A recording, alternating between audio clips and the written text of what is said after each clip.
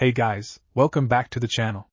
This is a story about what if Naruto has susanoo zanpakuto in Bleach. Before I start, please support for more amazing content, and do consider subscribing to my channel and share this video with your friends. This is written by I Wish I Was the Avatar 18 and link in the description and support writer. Let's start the video. Chapter 1. Chapter 1 found. Rain poured as the echoes of steel and battle faded in the watery midday. A figure panted standing over another. They were a 16-year-old boy and a 13-year-old boy, the desecration of the Valley of the End, which was marked by the signs of battle there. All was silent except for the gentle pitter-patter of the rain. The first boy had black hair that was tied into a high ponytail. A few bangs covered his left eye, barely keeping it seen. He had a slanted face making him older looking. There were faint whisker marks on face. Then he wore black cargo pants with black shinobi sandals and had a long-sleeved shirt that was dark green. He stood at a height of 5.5. Also his eyes were a permanently active EMS, a gift from the beast within, though it only allowed him to read people movements. Taking the ninjato he held, he began sheathing it on his back with a sigh. At last it's over, he thought with relief as his breath was regained. His name was Naruto Uzumaki. He was a demon container of Kyuubi, though he disliked the fact the Yondaime, 4th generation, used him as a container. In his earlier years he had discovered a henge seal on him that made his hair look bright and blonde, not to mention spiky. Sarutobi Hiruzen, the Kami no Shinobi, god of shinobi, had placed it on him. He had originally planned on using it to have Naruto be praised as a hero to the people, and sadly it didn't work. As a result he grew up with very little social contact. But when Sarutobi had said that he wanted it done so Naruto could be viewed as a hero, Naruto's main thoughts on that time was that the Sandaime was an idiot for such thinking. It was almost as if it was mocking the Fourth's appearance, as if he was daring them to attack Naruto. Attacks happened very rarely on Naruto, but they were very few, and far between. Back to the present, a retrieval team was sent to retrieve the last Uchiha. The village spoiled Sasuke silly to the point that they would worship him like the ground he walked on. Not to mention it made him egotistical, a superiority complex, as well as looking down on anyone who was not on his self-proclaimed level. Sasuke had raven black hair that was shaped like a duck's ass and had white khaki shorts with a blue shirt. Naruto created a Kage Bunshin, shadow clone, to carry the unconscious Uchiha. His memories flickered to the beginning of the battle. Flashback. Half an hour ago, Naruto stared at the Uchiha standing atop the statue of Uchiha Madara. It was silent for a few moments as the arrogant brat spoke up. So Thendo, he sneered, you and me, fighting each other like Senju Hashirama and Uchiha Madara. He chuckled. Interesting to see that history repeats itself. You should consider yourself lucky to even have received those Sharingan eyes. I will achieve the full power of those eyes and I will take those precious eyes from you. Naruto scoffed at those words. Except there's one major difference between you and Madara. He got a confused look. Madara was an exceedingly calm individual. He smirked lightly. And you're far from that point given that you snap at Itachi's name. Sasuke scowled at Naruto with anger. So then, here to rescue me for that pink-haired slut? He sneered the next second, trying to prey on Naruto's hate for their teammate. Naruto snorted. Far from it, Uchiha, he stated. I'm just here to do what Tsunade-san told me to. He spread his feet a bit. Two choices in exiting this valley, knocked out or peacefully. Sasuke snorted. Sorry Dobe, but with the promise of power from Orochimaru-sama, I can kill my brother. Naruto shook his head in annoyance. Such a narrow-minded view, going to the weakest of the Sannin for power? He cocked a black eyebrow. You really have no understanding in the true meaning of strength, do you? Sasuke snarled. Shut up, Dobe. His anger was getting the better of him. I'll kill you here now and achieve true power. He cackled manically, getting a sigh from Naruto. He did a few hand seals. Katan, Gokyaku no Jutsu. He spewed a massive fireball at Naruto, who used a blur of speed to get out of the way. He muttered Futon, Kaze no Yaiba. Naruto made a slashing motion that sent an invisible blade of wind at the Uchiha. He dodged as he jumped off the Madara statue. The blade sliced clean through the statue's hair. Naruto took off into a melee battle in midair, aiming a punch at Sasuke. He titled his head, avoiding a counter. Naruto grabbed him by the collar and drop-kicked Sasuke, sending him careening into the ground, which left a crater indent. Naruto landed on his feet. Then the sound of chirping birds reached his ears as Sasuke yelled, Chidori, 1,000 birds. Sasuke had his hand covered in lightning as he charged at Naruto, who stood there with a bored look. Daido. The lightning attack was mere inches from his heart. When Naruto grabbed his wrist, he sent out a chakra burst that stopped the chirping birds' attack. Kakashi-sensei never really taught you proper use of assassination techniques, did he? Naruto slammed his knee upwards on Sasuke's elbow. He cried out in pain, hearing a crack. Naruto didn't stop as he roundhouse kicked Sasuke in the head and sent him skidding across the water top. Looking up from his broken arm, He felt his nose break with a sickening crack as he was sent skyrocketing at the valley wall courtesy of Naruto's foot. Naruto sighed to himself as he walked atop the water. This is the difference in our strengths. Uchiha-san, he chuckled softly, hearing rubble being moved. Sasuke came out of tit but with a purple aura engulfing his being. So then, still won't stay down, eh? Ku, Sasuke said under his breath. Power, this wonderful power. The crazed Uchiha yelled to the heavens. Now, time to die. Sasuke's form changed completely. He had dark skin and a shuriken marking that was black on his nose bridge, and had bat-like wings. Kagechi Idori. Dark thousand birds. Naruto sighed to himself as he unsheathed the ninjato on his back. Just wonderful for the report, he muttered, holding the sword at his side. Dope! I finally killed you! He threw his head back in laughter at last. No need for that weak and useless village called Konoha. No more waiting around those weak fangirls to kill my older brother, Itachi Uchiha. Sasuke stopped. He noted something odd. Then Naruto with his Chidori-covered hand disappeared with a puff of smoke.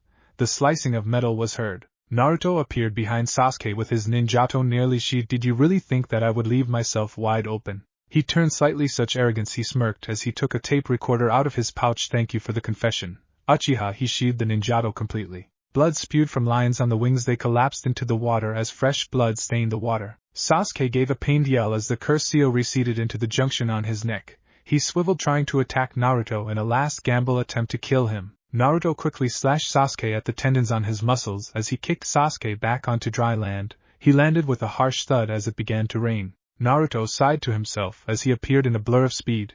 He looked up at the sky. At last it's over, he panted, trying to regain his breath. End flashback. Naruto jumped up to the cliff's edge to see Kakashi Hatake.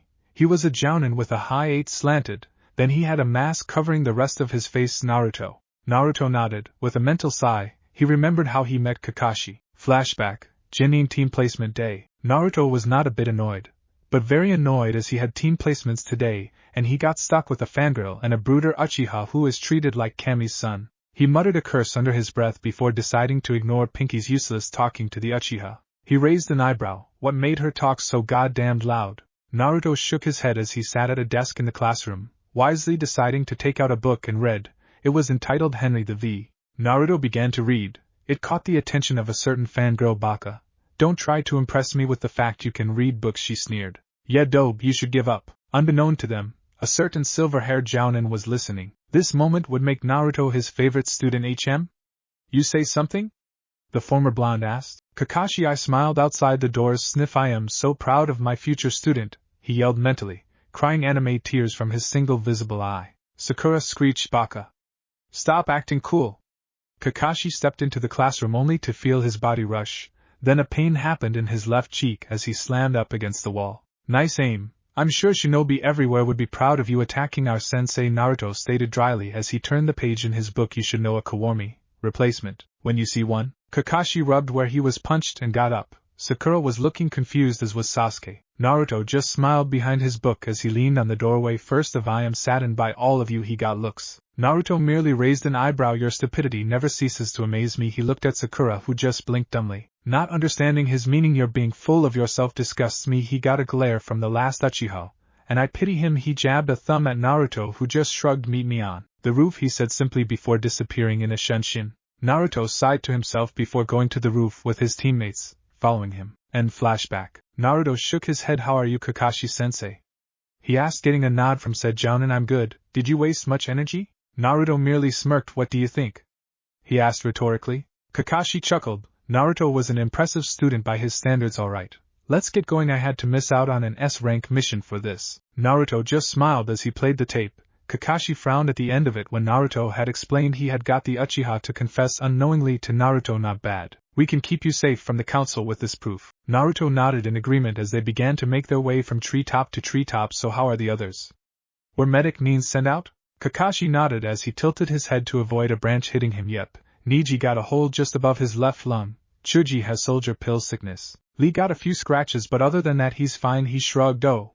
And Kiba got a stab near his stomach along with a few gashes and wounds. He remembered. Naruto nodded. You know, he smirked, getting Kakashi's attention. It's going to be a field day for the shinobi counselors. Kakashi nodded in full agreement with that statement. Passing by a tree, the two never noticed a seal marker glowing red for a moment, which had the kanji for contaminated. It died down to reveal it was blue and dissipated into the wood of the tree. Unknown location. An old man was finishing his paperwork at his desk when under it, a slot opened up and revealed what appeared to be a small screen. It had a same kanji for contamination before going to a blue color and dissipating. So it finally cleared. He muttered, I'd better let him know, he stated to himself before leaving the room in an unknown technique. With Naruto and Kakashi stopped outside the gates. Let's just get the Uchiha to the hospital. If his fangirls catch up, he trailed off ominously. Kakashi nodded in agreement. It'd be chaos. He chuckled, as did Naruto. He took the Uchiha and Sunshine to the hospital. Naruto smiled lightly. Kakashi had been a mentor of sorts to him. Originally he had been ordered by the civilian council to train the Uchiha. Naruto was a bit angry at that part but did respect Kakashi whenever he sent a Kage Bunshin to help in his training. Kakashi also sent Asuma Sarutobi his way because he apparently had a very strong affinity for wind. Asuma is the best and one of the only wind users in the land of fire, so Kakashi thought it would be best to learn from him. With Asuma, Naruto learned how to use trench knives, though Naruto's were a bit longer than his sensei's knives. Asuma taught him what little he knew about swords. Naruto groaned mentally and began to mentally count down. Where's Sasuke-kun? Sakura, his pink-haired teammate, asked frantically. At the hospital, Kakashi-sensei took him there to be treated, he said smoothly, getting a relived form. Sakura, see you.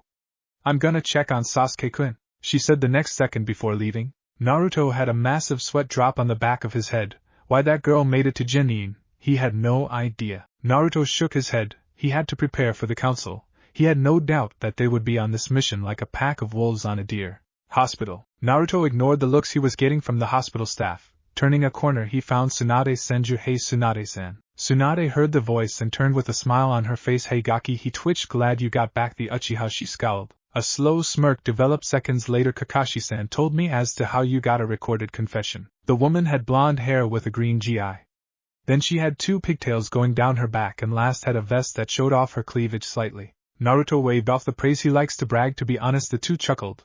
And then a serious atmosphere set in. You think the civilian council knows by now? Tsunade nodded stiffly. Most likely, that tape will be sufficient proof, and with a few logical counterpoints, we can keep them from me being kicked out of Konoha. He had a smug smirk on his face, as did Tsunade. Hokage-sama, the two looked to see an owl masked. ANBU, the council calls you. Tsunade gave a look. ANBU, state your codename. The ANBU was confused but complied. Owl, Hokage-sama. Tsunade, now tell me, why a shinobi? She emphasized. Shinobi takes orders from a mere civilian. Owl flinched at her iron tone. Hokage-sama, I only did. You are under my orders, Owl, she said harshly. Tell the councilors I have work to do with patience. Their lives matter more than a mere squabble. Owl looked down in shame slightly before nodding. Hi. Apologies, Hokage-sama. Naruto watched the ANBU disappear in a swirl of leaves. Are they always so? He started at Tsunade. Eccentric? The blonde female finished. Hi. You should know what it is like when they report to you. Naruto chuckled and nodded. Excuse me, I have to go see Shikamaru.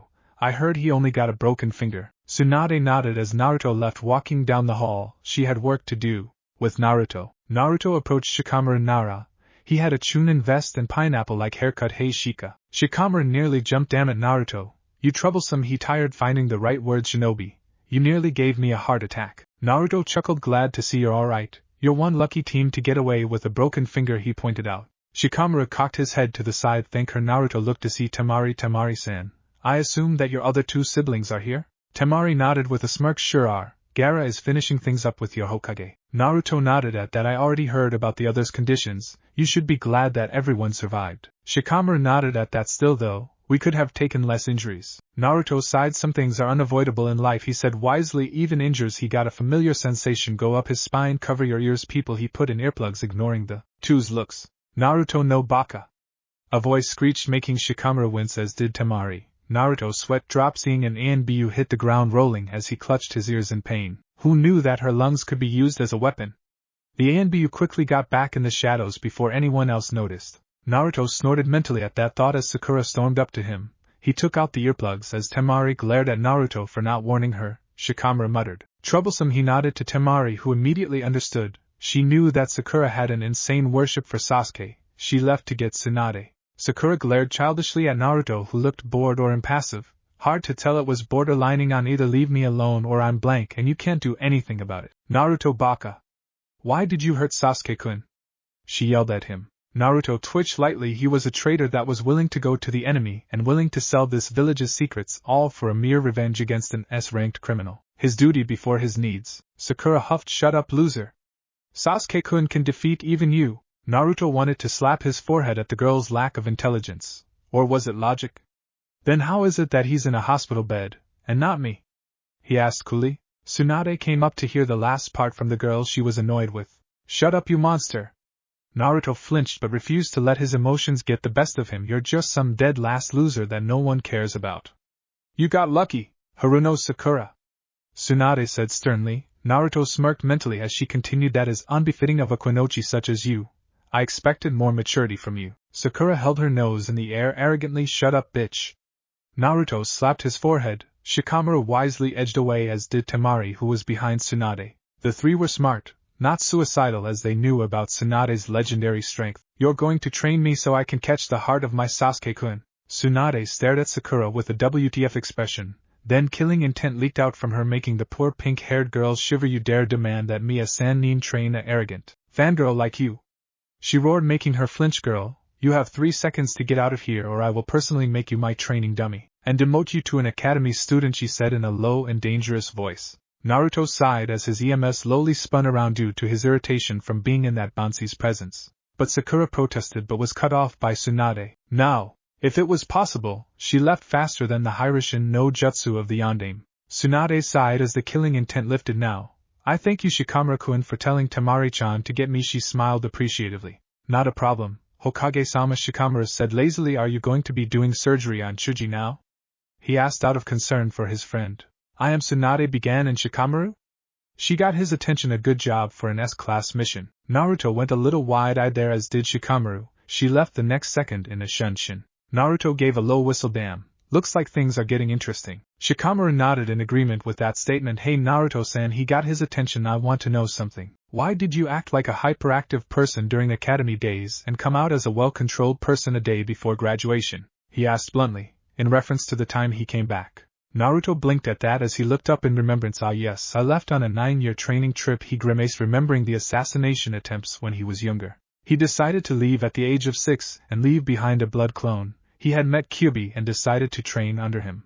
Flashback, 15 years old. Naruto looked over Konoha with a duffel bag strapped to him. He had his black hair that was at his shoulders during this time. He wore camouflage pants and a black tank top. Ah, Konoha, I really don't know how I feel to be back. Damn you, Naruto. Naruto blinked. I must be my blood clone. His thoughts stopped seeing it pull a prank as two Chunin chased him. Kyuubi, he thought dangerously. Ah. How you doing, Kit? He asked, trying not to sound nervous. Can you explain to me as to why my blood clone is pulling a prank? He thought dangerously. Kyuubi gulped quietly. I blame you for this. Hey! Kyuubi shouted indigently. Why is it when something goes wrong, you blame me? Foxes are known to be playful pranksters. Naruto accused mentally. You messed with the blood clone, didn't you? Kyuubi mumbled. Maybe an altering in personality. Naruto sighed in annoyance. Damn it, despite the fact you trained me, he grumbled about foxes messing with his abilities before deciding to go dispel the blood clone a few hours from now. End flashback. Naruto shook his head. Let's just say I had an epiphany, he said, the ending lamely, making Shikamaru's sweat dropped at the explanation. Wow, Kit, that was an excellent excuse, Kyuubi said with sarcasm to Naruto. I'm sure you'll be wonderful in that department. Naruto mentally rolled his eyes at Kyuubi. Watch it, he said defensively. I'm gonna go get some rest. Besides, visitor hours are over with now. Shikamaru nodded in understanding as Naruto left in a shunshin. Next morning, Naruto heard knocking on his door to see an Anbu with a cat mask. Yes? He asked tiredly. Cat responded. Council called. Tsunade-sama is waiting for you. There was a hint of irritation on the council part. Naruto nodded with a small smile. Thank you. Tell her I'll be along in a minute or two. The cat Anbu nodded before leaving in a shunshin. Naruto grumbled for a moment as he slipped on a long-sleeved black shirt and cargo pants that were gray and last were shinobi sandals. He slipped a kunai into the sleeves just in case. He left in a shunshin a few moments later, reappearing in the council chambers. Yo, he said in greeting.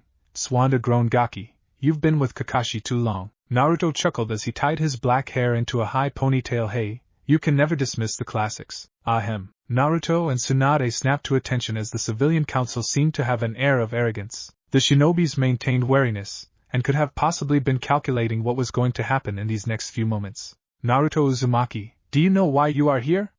Danzo the Warhawk asked. Naruto looked impassively at him. I do not. But if there is a situation in trouble here, I am sure we can work out this problem. Immediately a pink-haired lady shouted, Shut up, demon. You will respect this council. She said instantly. She hated the boy for what he was.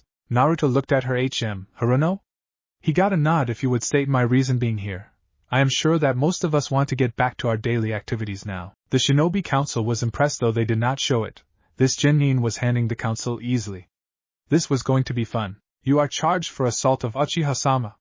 Another fat merchant yelled with agreements from the civilians. Naruto looked at Hayashi Hyuga. Excuse me, but if this is a shinobi matter, why are civilians here for a mere shinobi problem? Hayashi decided to play along. It seems that they think you did it out of hatred for a teammate, he stated smoothly, though. I question if they are experts. His lips twitched, trying to keep back a smirk. Shut up, Hyuga! The pink-haired lady yelled, making everyone wince. That brat should be executed for what he has done. Naruto snorted. Haruno, he got everyone's attention. Tell me, in what area do you consider yourself an expert in shinobi matters? The Haruno flapped her lips as Naruto smirked. None. He shook his head in mock shame, and I thought they had infinite wisdom. Inochi snorted quietly in amusement. Naruto-san, we would like to hear your story of what happened. Naruto nodded as he explained his fight with Sasuke. He's lying. No one can beat Uchiha-sama. Naruto gave a bored look at the counselor. Excuse me, Shibi-san. He got the Aburame's attention. If I may ask, if I got a confession of the Uchiha trying to leave Konoha intentionally, what would be my standpoint? Shibi, for a moment. Logically, he would be detained and tortured for abandonment of a hidden village and indirect murder of several clan heads, he said in his monotone. What?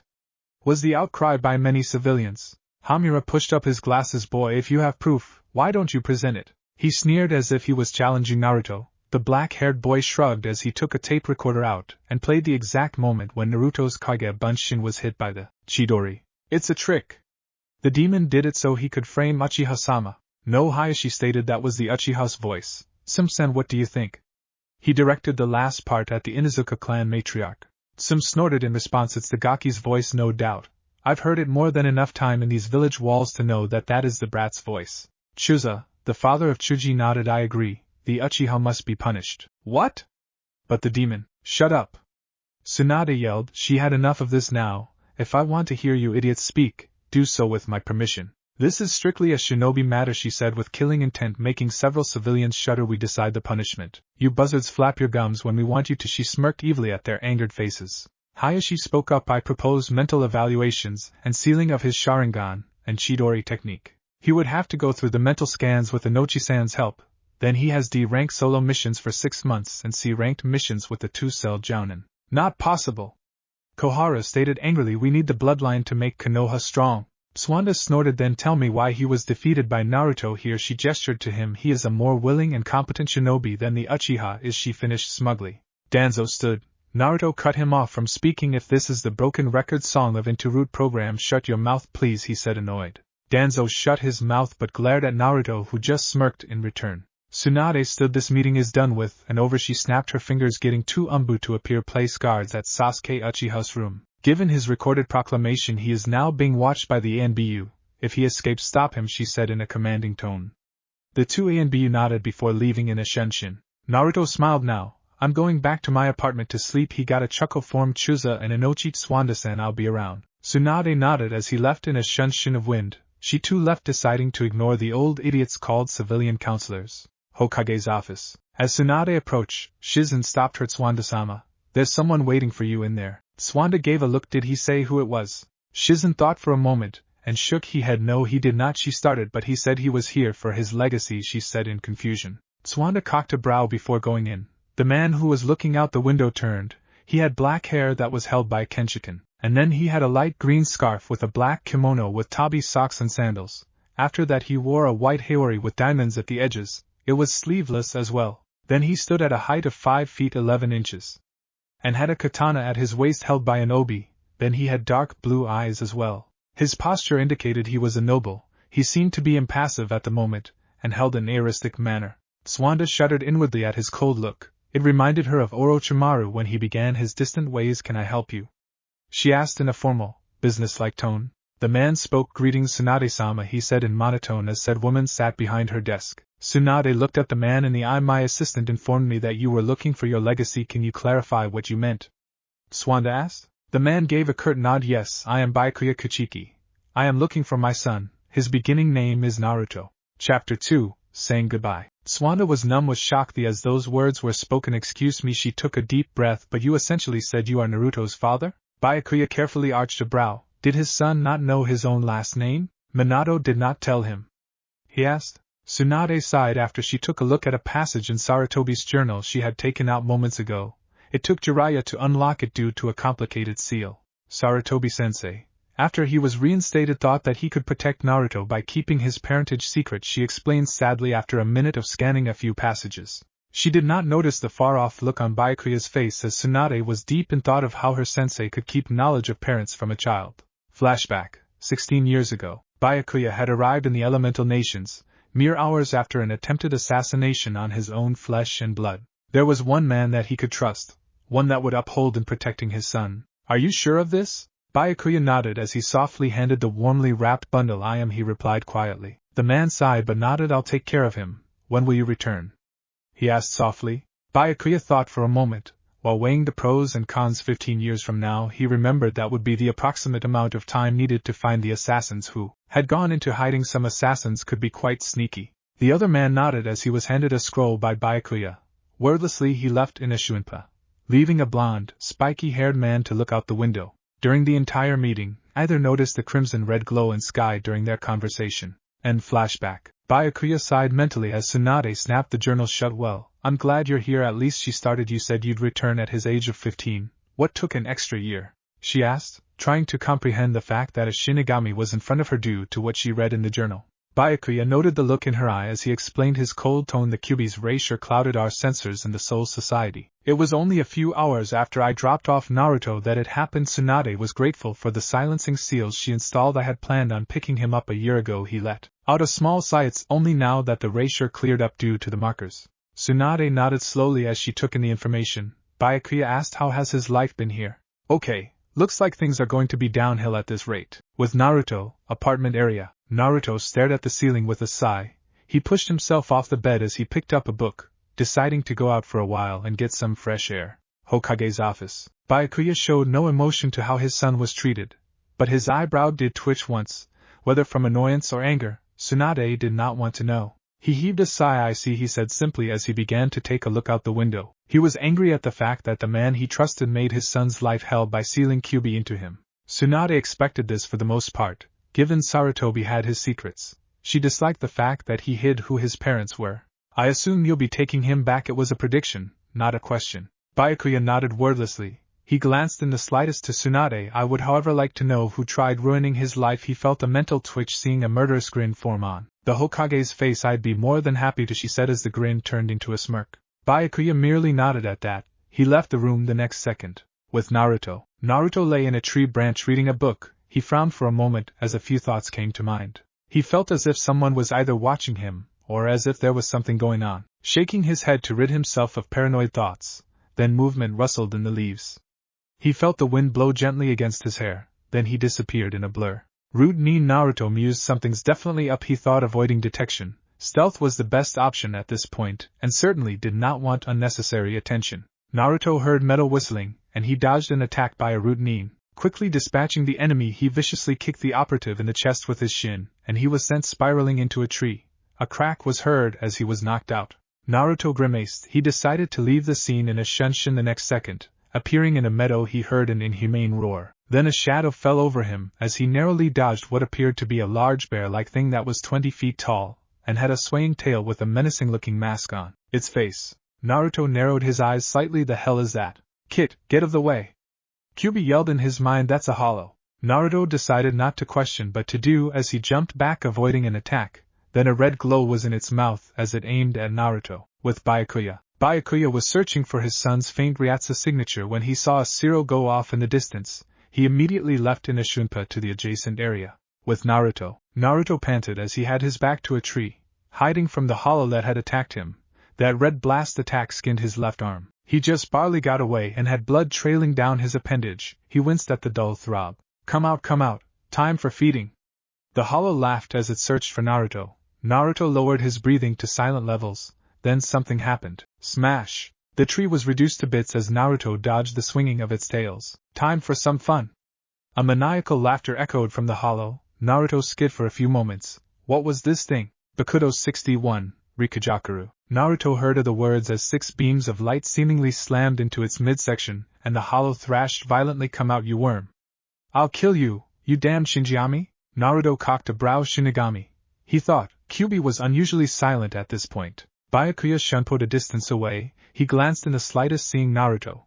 His eyes widened slightly before recomposing. He had to finish this quick. The hollow sniffed the air as if it was matching a scent and cackled. Ah, so familial relations? It questioned in an echoing tone. Naruto stood and wrapped medical bandages around his left arm to stem the blood flow. He could see the man clearly. Deciding not to interfere, he jumped back into a tree. Byakuya immediately understood. It was plain and simple. Finish this quickly, Byakuya murmured, pointing at the hollow. Hado 4. Byakuya, a bolt of white lightning shot at the hollow, who just barely in time shifted its head as the attack skinned its mask, leaving a crack. Naruto watched the battle. He remembered familial relations. He thought. Kyuubi spoke up. Kit, looks like I found something interesting in the DNA section of your mindscape. Naruto cocked a brow mentally as if he was gesturing to Great Fox to go on. I was blocked off from accessing this portion since you were born, right? Kyuubi asked. Naruto mentally nodded slowly as Kyuubi continued his explanation. Up until now, I'd been disintegrating what appeared to be a mental seal there, and it turns out you have the genetic structure of a Shinigami. Naruto just felt his mind shut down for a moment. He shook his head, deciding to wait till this fight finished. He wanted a few answers if this Shinigami was his father. The hollow was losing badly as it had already had half its mask cracked and left limb cut off. Damn you! Damn you!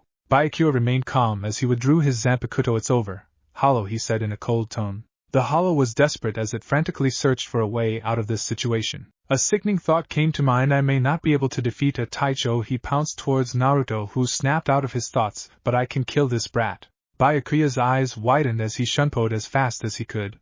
Naruto dodged the attack, but the tails were going to demolish him when, Chire, Scatter, Senbenzakura, 1,000 cherry blossoms, Byakuya appeared in front of Naruto in mid-air as the blade dissolved into sakura petals. Then he swung the hilt of his zanpakuto as the blade sliced into the hollow deeply, and it screamed in pain as it cut into its white mask and disappeared into nothing. Naruto was shocked as he landed further up the tree branch. He shook his head to rid himself of it. The next second Byakuya stepped onto the branch and Naruto was silent for a moment, as if it felt like hours. Who are you? He asked calmly. He wanted to know. Byakuya saw the look in his son's eye. He sighed mentally. We need to talk, he said simply before reappearing on the forest floor. Naruto nodded curtly before jumping down. Landing, he gave a look that said, explain yourself. Naruto. Byakuya started getting a slightly widened look from said boy. I am your father, Byakuya Kichiki, he said quietly. He knew from the look in his son's eye that he could not lie after what the hollow just said. Naruto opened his mouth for a moment, then closed it. He looked to be in thought. On one part he was angry that he was left in Konoha, but the other told him to try and understand what was going on. He rubbed his temples for a moment. I'm sorry, but he struggled, trying to comprehend this. Do you have proof? He asked quietly. Byakuya seemed silent for a moment. I do, he confirmed. A birth certificate, perhaps? He questioned in his usual tone. Naruto didn't even flinch at it. He himself had been used to the way he was talked to during his time in the village. Yes, he agreed, but before I leave with you, I'd like to at least see the few people who have been good to me. Byakuya hesitated for a moment. Naruto was most likely trying to figure out different scenarios that could have led to his father picking him up. Now, very well. I will be back in an hour. Meet me here. Naruto nodded softly before Byakuya left in Ishuinpa. Naruto rubbed his temples. Kyuubi, what do you think? Kyuubi was unusually silent. Kit, I suggest you do what you intend to. The Great Fox side, things are going to get very troublesome. I know you might be angry. He trailed off. Truth to tell, as Naruto leapt from tree to tree, he was angry, but it quelled down for a while. Naruto could tell from earlier that his father was analyzing his reaction. Anger was in the former blonde's unique Sharingan eyes. He could tell that his father is surprised by his new eyes. Naruto sighed to himself as he stopped at the Hokage Tower. He wanted an explanation as to what happened, deciding to discard his anger for later. Opening to window to Tsunade, he smiled. Hey Tsunade-san, said woman. Smiled. Hey Gaki, I assume. Naruto nodded at the hanging question. He asked, he talked to you? He asked quietly. Tsunade nodded at the question. She could tell the black-haired genin that he was in an agitated state. What are your thoughts? Naruto was silent for the first 2 minutes. A sigh echoed the room as he sat on the windowsill. My original thought was anger, he stated softly. Tswanda nodded in understanding. She got up and walked up to Naruto. She smiled, giving some advice. Try hearing his side of the story. Naruto looked at Tsunade. He had surprised Miyoto-san. He ended slightly sad and had a reason as to why he couldn't take in his son. He asked with a small snap. Tsunade winced briefly. Naruto sighed. Sorry, he apologized. This is very overwhelming, he admitted as he rubbed the bridge of his nose with his index finger and thumb. Tsunade smiled. Gaki, I did fill out the paperwork for your release. She started. All that needs to be done is filing the paperwork and handing in your height. Naruto paused for a moment, then slowly nodded. Alright. But this height belonged to Iruka-sensei. He smiled. I'll take it to him. I have Kakashi-sensei to see before I leave. Tsunade smiled. She hadn't seen the black-haired boy like this before. He seemed happy but was going to leave Konoha without regrets. Alright, good luck, Gaki. Naruto nodded as he left the window. Swanda rubbed her neck. Damn it, the paperwork, she muttered. Naruto popped his head back. And about doing paperwork, why not use Kage Bunshins? He suggested with a smile before quickly leaving. Tsunade paused for a few seconds as the information sunk in. With Naruto, several seconds later. Die, you sons of bitches! A manically Kage's voice cackled in sheer insanity. Naruto chuckled for a moment as every shinobi and civilian sweat dropped at the personality of the Kage when it came to paperwork. Naruto shook his head in amusement. God, how he loved the uses of the Kage Bunshin. Stopping at Iruka Yumino's apartment, he knocked on the door. Said man came to the door. He scratched his scar for a moment. Naruto. He smirked. I heard the news. You succeeded on the mission. Naruto nodded gratefully. Iruka-sensei, we need to talk. He leaned on the railing of the balcony. Iruka noted his tone. He nodded moments later. About what? He asked, closing the door behind him. Naruto sighed. I'm leaving Konoha. The single sentence shocked Iruka. Let me continue. My father found me, and it seems I'm going home, he ended quietly. Iruka looked at Naruto. He had a hint of happiness on his face and some of longing. He was going to miss the place. Sighing moments later, the Tanchunin nodded. I understand. He smiled. So, I assume you're here to return the height? He asked quietly. Naruto nodded wordlessly as he handed the blue-clothed height to Iruka. Thank you though. Iruka-sensei, he said quietly with a small smile on his face. I enjoyed the times at Academy. He shook his head in remembrance. Iruka chuckled at that. Yeah, there were some good times and bad times. The two shared a laugh remembering good times. Iruka changed the subject. Anyone else you're going to see before leaving? He asked curiously. Naruto nodded. Kakashi-sensei, he stated simply. Iruka groaned. Please tell me you won't start reading the orange books, he grumbled at the end. Naruto chuckled inwardly. I won't. He rolled his eyes. Getting a mock glare from Iruka only made the young Kuchiki to be laugh. Naruto calmed down. Goodbye, Iruka-sensei. I'll see you around. He jumped off the railing the next second. Iruka sighed. Things were not going to be the same without Naruto around. Naruto made his way to another district. He stopped in a tree and sweat dropped seeing Kakashi ignoring Guy once again. YOSH. My eternal rival. Your student should test his flames of youth against my young student. A fire in his eyes lit up as he got in a good guy pose. You say something? Kakashi asked as he looked up from his orange book. Guy face vaulted. No. Damn you and your hip attitude. He recomposed seconds later. Naruto dropped from the tree as he gave a yo. He said simply. Lee gasped dramatically. Another rival. What say you and I run laps around Konoha? He challenged. Naruto looked at Lee. Bored of course. You say something? He asked. I smiling. Lee and Guy face vaulted. Damn both of you and your hip attitudes. The mini-me and sensei accused. The two shrugged in unison. YOSH. I must surpass Naruto Saiyan's flames of youth by running on my hands. Lee. Guy said with animate tears going down his cheeks. I will join you in this crusade. Gi-sensei. Lee. Gi-sensei. Lee. Then the genjutsu of horrid beach and white and red strips came up as the two hugged. Naruto shook his head in annoyance. You are a master at ignorance is bliss, quote, he stated as if it were a fact. Kakashi nodded in agreement. Well, at least someone recognizes my talent, he said cheerfully as he continued to ignore the genjutsu that dropped moments later. The two clones left in a cloud of dust. Naruto rolled his eyes. Talent? It's an art form, he joked, getting a chuckle from Kakashi as he snapped his book shut. So, any reason why you're here? He asked the next second. Naruto nodded. I'm leaving Konoha. Seems my family found me, he ended quietly. Kakashi's single eye widened in shock. He sighed sadly moments later. I take it there's no convincing you to stay? He asked, though he already knew the answer. Naruto nodded, making Kakashi sigh. If it makes any comfort. I enjoyed having you as my student, the silver-haired Jonin commented. Naruto nodded, then he remembered something that would give the two a good laugh. Hey, you remember that mission with Tora? Normally, Kakashi would have paled, but in surprise he laughed. Oh yeah, that mission. Flashback, Tora mission. Several hours before C mission assigned. Naruto was highly amused right now, as was Kakashi, who was watching from a tree as he had his book stashed away. The situation for capturing Tora was greatly amusing for the two. Come here, you baka cat! Sasuke yelled as he sped after Tora. The demon cat evaded the Uchiha once more. Come to Sasuke-kun, you dumb cat! Sakura cheered her crush on. Kakashi was sniggering as he interpreted the words. He leaned on a tree branch to keep himself from falling out of said tree. Naruto held a smirk for a while, then it happened. A highly girlish scream echoed from the forest. Sasuke tried to kick the cat to knock it out, but then it bit down on his hot dog. Several awkward moments later, laughter echoed across the forest. Kakashi was laughing so hard that he clutched his stomach as he fell from the tree and rolled on the forest floor while laughing. Naruto was laughing as well, seeing Sasuke get buzzsawed by the evil Tora. He leaned on a tree for support, while Sakura was prying the cat off Sasuke's face, which only made the scratches worse. Tora bolted away the next second. Sasuke saw the two laughing as he did a patented Uchiha glare at the two. Naruto stopped, as did Kakashi, seeing Sasuke's face torn up so bad that he had to use a bucket load of Bactine to heal it. Naruto looked at Kakashi, as did said man. Seeing the scratched Uchiha's face only made the two laugh harder. End flashback. Kakashi and Naruto were laughing like old-time friends. Ah, I remember that you took a video of it discreetly and gave it to the ANBU HQ. Kakashi got through laughs. Naruto nodded as he calmed down slightly but still had a chuckle in his voice. Let's not forget that Iruka-sensei enjoyed the show with the orb I provided him. He smirked at the end. Kakashi gave a mock-shocked look. You gave him that thing? He asked incredulously. That explains why he had that damn grin on his face, he muttered thoughtfully to himself. Naruto nodded. Amused, he sighed at the end of his nod. Alright, I think I've spent enough time here. I've done what I've needed to. Kakashi gave him a look. Anyway, well, good luck with your family, Naruto. I hope the best for you. He shook hands with his now former student. Naruto nodded gratefully. Good luck, Kakashi-sensei, he said one last time before he left.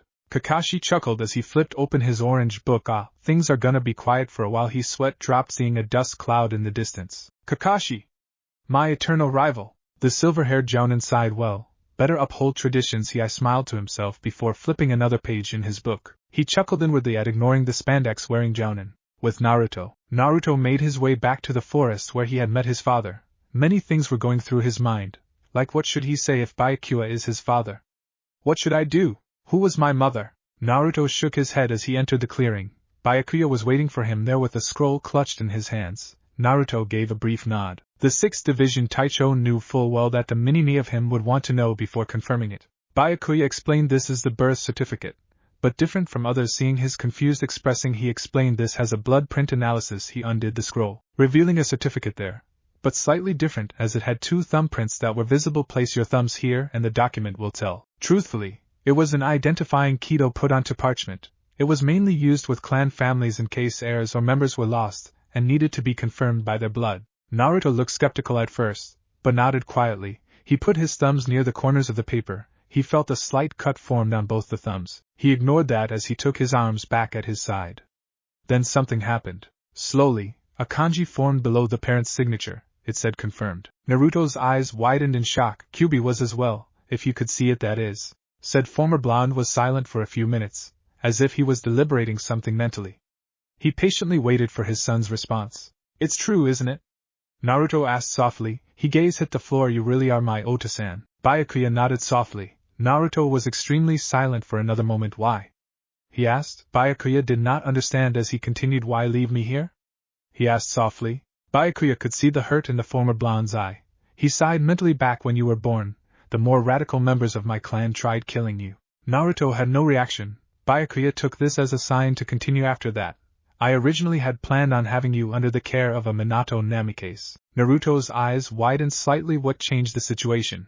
Byakuya raised an eyebrow but did not comment on the fact that he analyzed something so fast. Kyubi. The flinch did not go unnoticed. The lingering powers of the Kyubi had blocked me from getting to you. The originally prediction was that it would take no more than 15 years to clear up. He sighed. At this point it took an extra one, he added quietly. Naruto sighed to himself. It was all overwhelming to him. Shinigami, hollows, and the fact that Kyubi had interfered with his life. Though he did not blame the fox for what had happened, Byakuya decided it was time for the finisher. And there is another part of my explanation you should know. Naruto looked up at this. He sighed mentally. Kyubi. Byakuya took in aside. The Kuchiki clan itself is one of the 4 noble families. Silence. Naruto muttered something that made the man sigh again. This is going to take some time. Byakuya could not help but agree on that fact. For the next 3 hours, Byakuya had gone over the Shinigami and their duties along with the military organization, coupled by 13 divisions called the Gotaija Zantai, 13 Division Imperial Squads, which dealt with regulating the human world by sending purified souls to the Soul Society,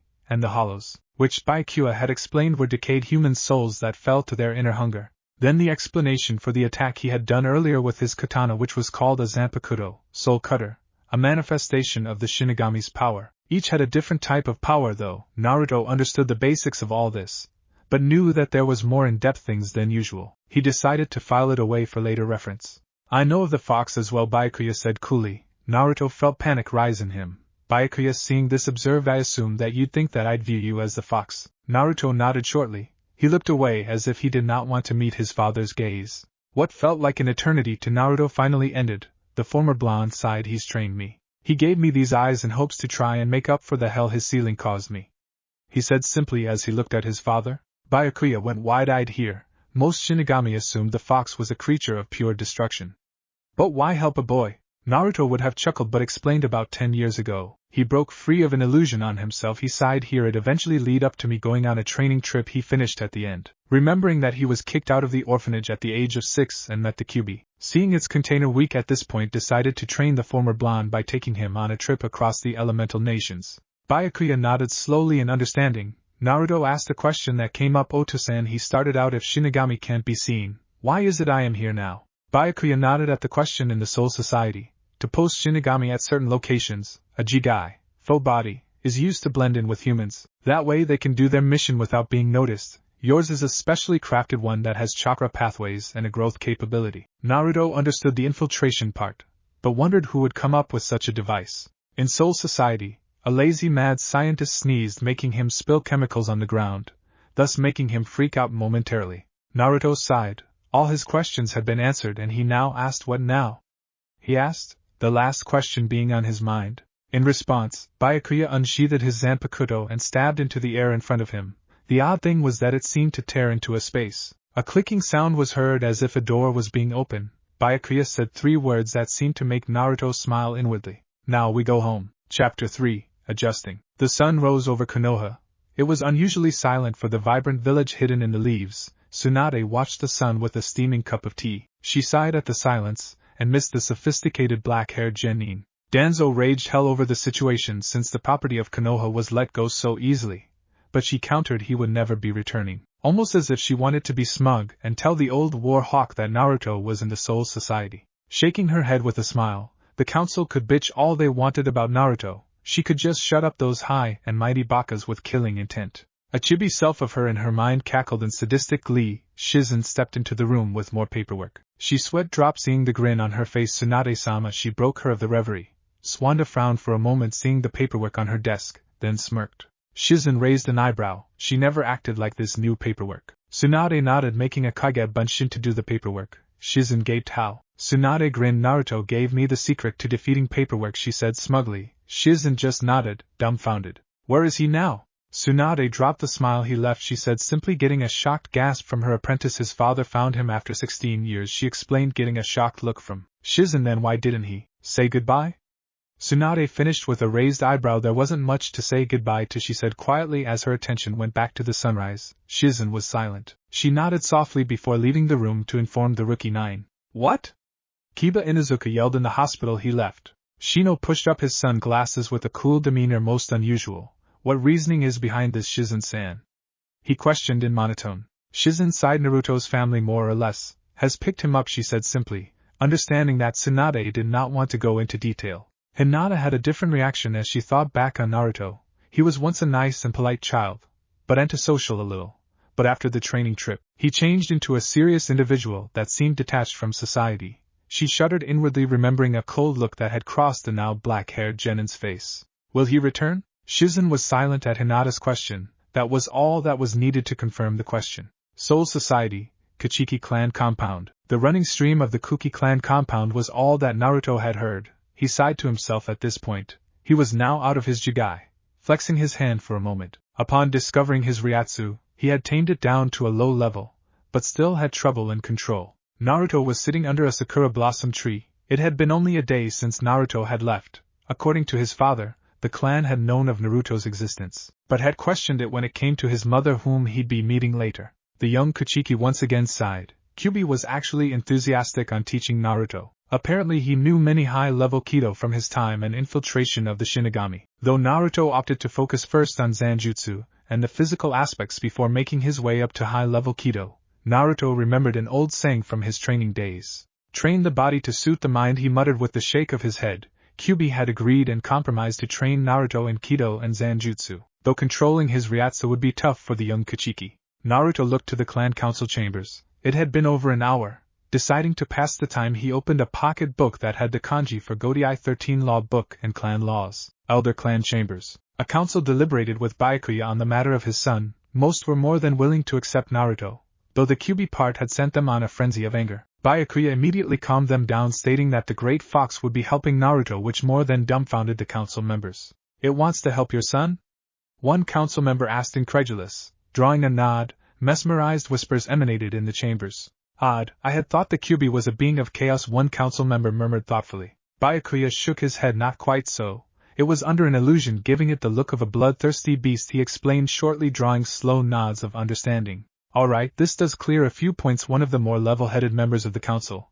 He had black mixed with gray hairs with a single bang or two framing his forehead. His name was Saido Kichiki, a former Shinigami. After an incident with a hollow ended his career. He was about in his mid-40s and appeared to be wearing council robes with a black scarf around his neck that stopped at his collarbone. But how much potential does he show, Byakuya-sama? Saido inquired in curiosity. Byakuya sighed mentally, knowing that this would come up eventually. He has told me that he has high hand-to-hand combat and sword specialty, but he has no other skilled areas as of yet. Saido nodded. And what of his Ryatsu levels? Byakuya thought for a moment. When we first took him out of his Jijai, it was skyrocketing to mid-taicho. He got bewildered looks as he continued, but eventually he suppressed it in a short amount of time to the level of a 5th seat officer. Saido was shocked. A council member asked, does that mean he has control? Suppressed is different from control, Saido explained, but the mere fact that he does have this achievement shows that he has the potential to become a powerful Shinigami. Byakuya was mentally praising the wiser council members, until, so what? An arrogant member said, that proves nothing of the sort, that he has potential, he snorted at the end. Saido looked at him. When was the last time that a Kichiki had such accomplishments? He questioned. A century ago. 2. He continued, if properly trained, he could become a powerful Shinigami and clan head. He looked at Byakuya, giving an apologetic look. Byakuya gave a discreet nod. The council members sneered. He's a brat as far as I'm concerned. Byakuya decided to ignore that comment. We shall see, he said in cool tone before turning heel and walking out of the door, leaving behind a wondering council and one disgruntled one. As the members exited, they did not notice the dark look on the arrogant council member's face. His name was Akira Kichiki. He was one of the old traditionalist Kichikis that mainly focused on pure blood. However, times had changed since then. People were beginning to be flexible. The reason Byakuya had married 16 years back was because it was done under Kichiki clan law and in a formal marriage ceremony. Akira scowled in anger. Kyuso. Damn, I was hoping that this would not happen. He yelled in his mind. That brat was to die the day he was born. He clenched his fists tightly. But I can abide for some time. A malicious grin came onto his face. Naruto felt his eyes snap up from his book. He was trained to act on gut feeling when it came down to someone talking about him. It felt like hatred. He sighed mentally, seeing council members exit. Some were curious glances as he saw, or slight interest, but one was of hate, though it disappeared as quick as it came. Turning his attention back to the book, he snapped it shut with a sigh. He had finished it, of course, but now he was moving on to one entitled The History of the Soul Society. He muttered as he began reading. Byakuya shot his eyebrows up in surprise. He was actually reading a few textbooks as well as a few law books. He was glad internally that Naruto was taking the situation seriously. He could see Naruto was deep into his studies. The environment seemed to make him relaxed and peaceful, as he could note from the sway of the trees, from the gentle breeze and the calming running of the stream that went through the Kichiki Manor. Comparing it to Konoha, his son seemed more tense and wary of his environment, but he could see from the boy's eye he kept a wary look. Byakuya frowned mentally. Most of the assassins were captured after the incident, and since then most of the Kichiki counselors who had tried the attempt were arrested or executed as a result. He had a right to be cautious.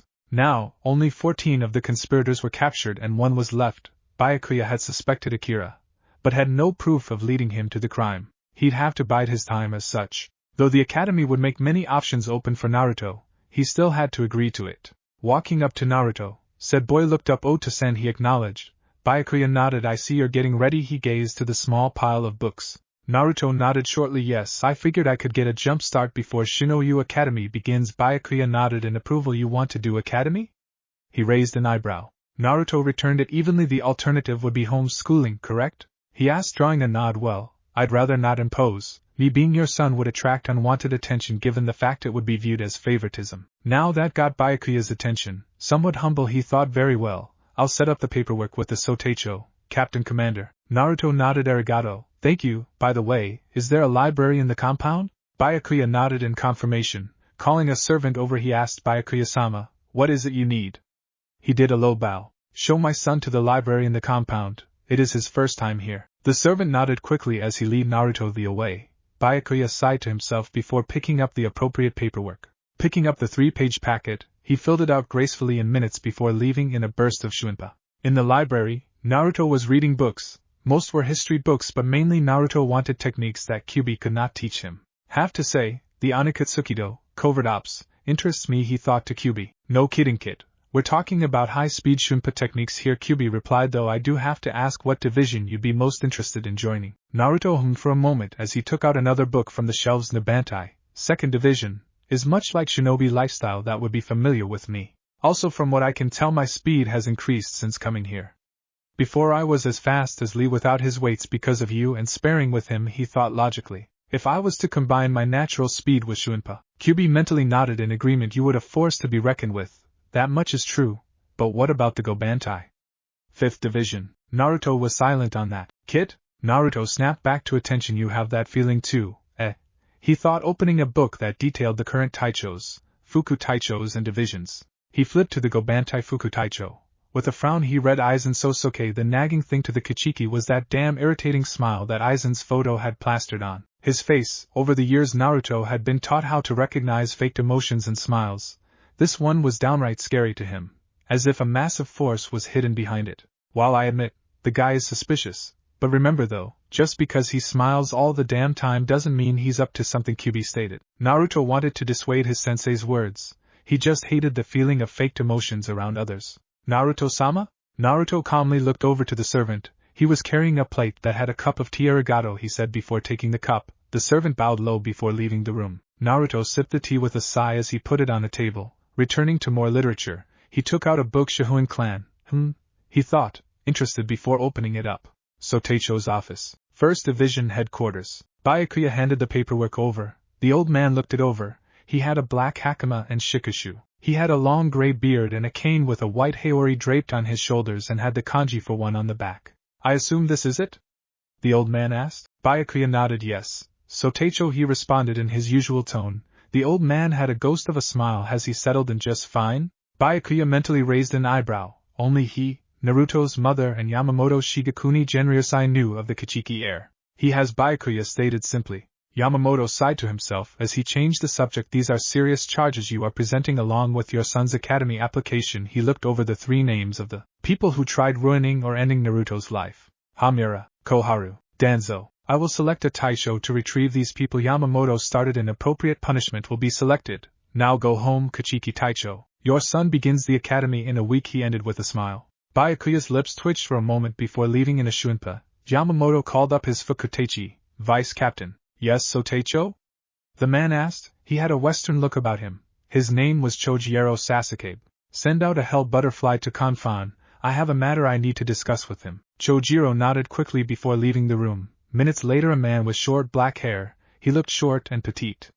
His hair is then tied back into 2 spiky ponytails. Then he had gray eyes and stood at a height of 4 feet 11 inches. Soteicho Kanfan greeted with a bow. Yamamoto nodded as he was at full height. Kanfan, there is a question I would ask of you. Kanfan raised an eyebrow in surprise, but recomposed with his stony demeanor. Yamamoto asked, are you running low on servants in the Fan clan? He got both eyebrows raised in surprise. This was getting to be an odd day. Kichiki clan compound. Naruto snapped a book shut. It echoed in the lone library lit by a single candle. Naruto ran a hand through his hair. He had mainly gone over the Kichiki clan history as well as the Shohoin, but the other ones he had gone over the hierarchy of the Sarieti, Court of Pure Souls. The Central 46 made all decisions that would go through. They decided who lived and who died. Being blunt here, Naruto snorted mentally. He knew full well that the laws they put in place protected both them and the human world, but in Naruto's view, the law was full of loopholes and wasn't perfect, but they were blunt in his own opinion. There were several instances in Soul Society's history that there were blanked parts. Naruto leaned back in his chair, observing the flickering candle before Naruto shook his head. Why was this eerie feeling nagging at the back of his mind? Why did he feel as if something was wrong with the environment around him? I have more questions than I do answers, Naruto mused to himself. All things reveal themselves in due time. He took a sip of tea, trying to process what he's been reading. Kyubi was unusually silent as well. He too had a gut feeling on what was going on after what they read. Kit, believe me, I have a feeling as well as to what is going on here, Kyubi thought to himself. Naruto leaned his head on his left fist. He sighed to himself as he took another sip of tea. He had already taken a look at the academy's schedule. His first term would begin in less than a week. Once again, the Kuchiki sighed as he strode over to the window. The sun was setting on the Soul Society, leaving a trace of purple and orange in the sky. It was a lovely sight. It's been enough for a single day. For now, let's focus on the current situation. He turned heel and blew out the candle, leaving nothing but darkness to consume the room. Naruto saw the moon unveil itself from a cloud. He stopped and decided to take in the quiet night. He quite liked nights like these, when he was alone and the chirping of crickets accompanied him. Seeing Byakuya out of the corner of his eyes, Byakuya walked up and spoke. When he stopped, the conspirators against you in the real world are caught, he started. Naruto closed his eyes in relief. Do you wish to face them? Naruto was quiet for a minute. No, he stated softly. Konoha is no longer a part of my life, he finished softly. Byakuya nodded in understanding before he turned and left. Naruto sighed to himself. Come on, Kit, though he may not show it. Your Otosan cares more for you than you realize. Naruto mentally nodded in agreement. I suppose so. He looked at the moon. Everyone has their own way of showing they care for others. Byakuya, almost as if he was reading Naruto's thoughts, smiled to himself before leaving Inashuinpa. Stopping at the first division, he heard shouting from inside. You cannot do this to us, Kohari yelled. Danzo merely scowled at their situation. Hamura sneered. What crimes could we possibly haven't done to you? Kanfan looked at Yamamoto, clearly questioning, should I kill them? Yamamoto rubbed his temples. You three have harmed a clan heir as well as attempts to end his life or make him a weapon. He scowled. Kanfan wondered who this clan heir was, and who could be so important. The clan itself is a defender of the Soul Society and of the four noble famils. Kanfan's eyes widened slightly. Now this was interesting, he mused to himself as he kept up his stony demeanor. What?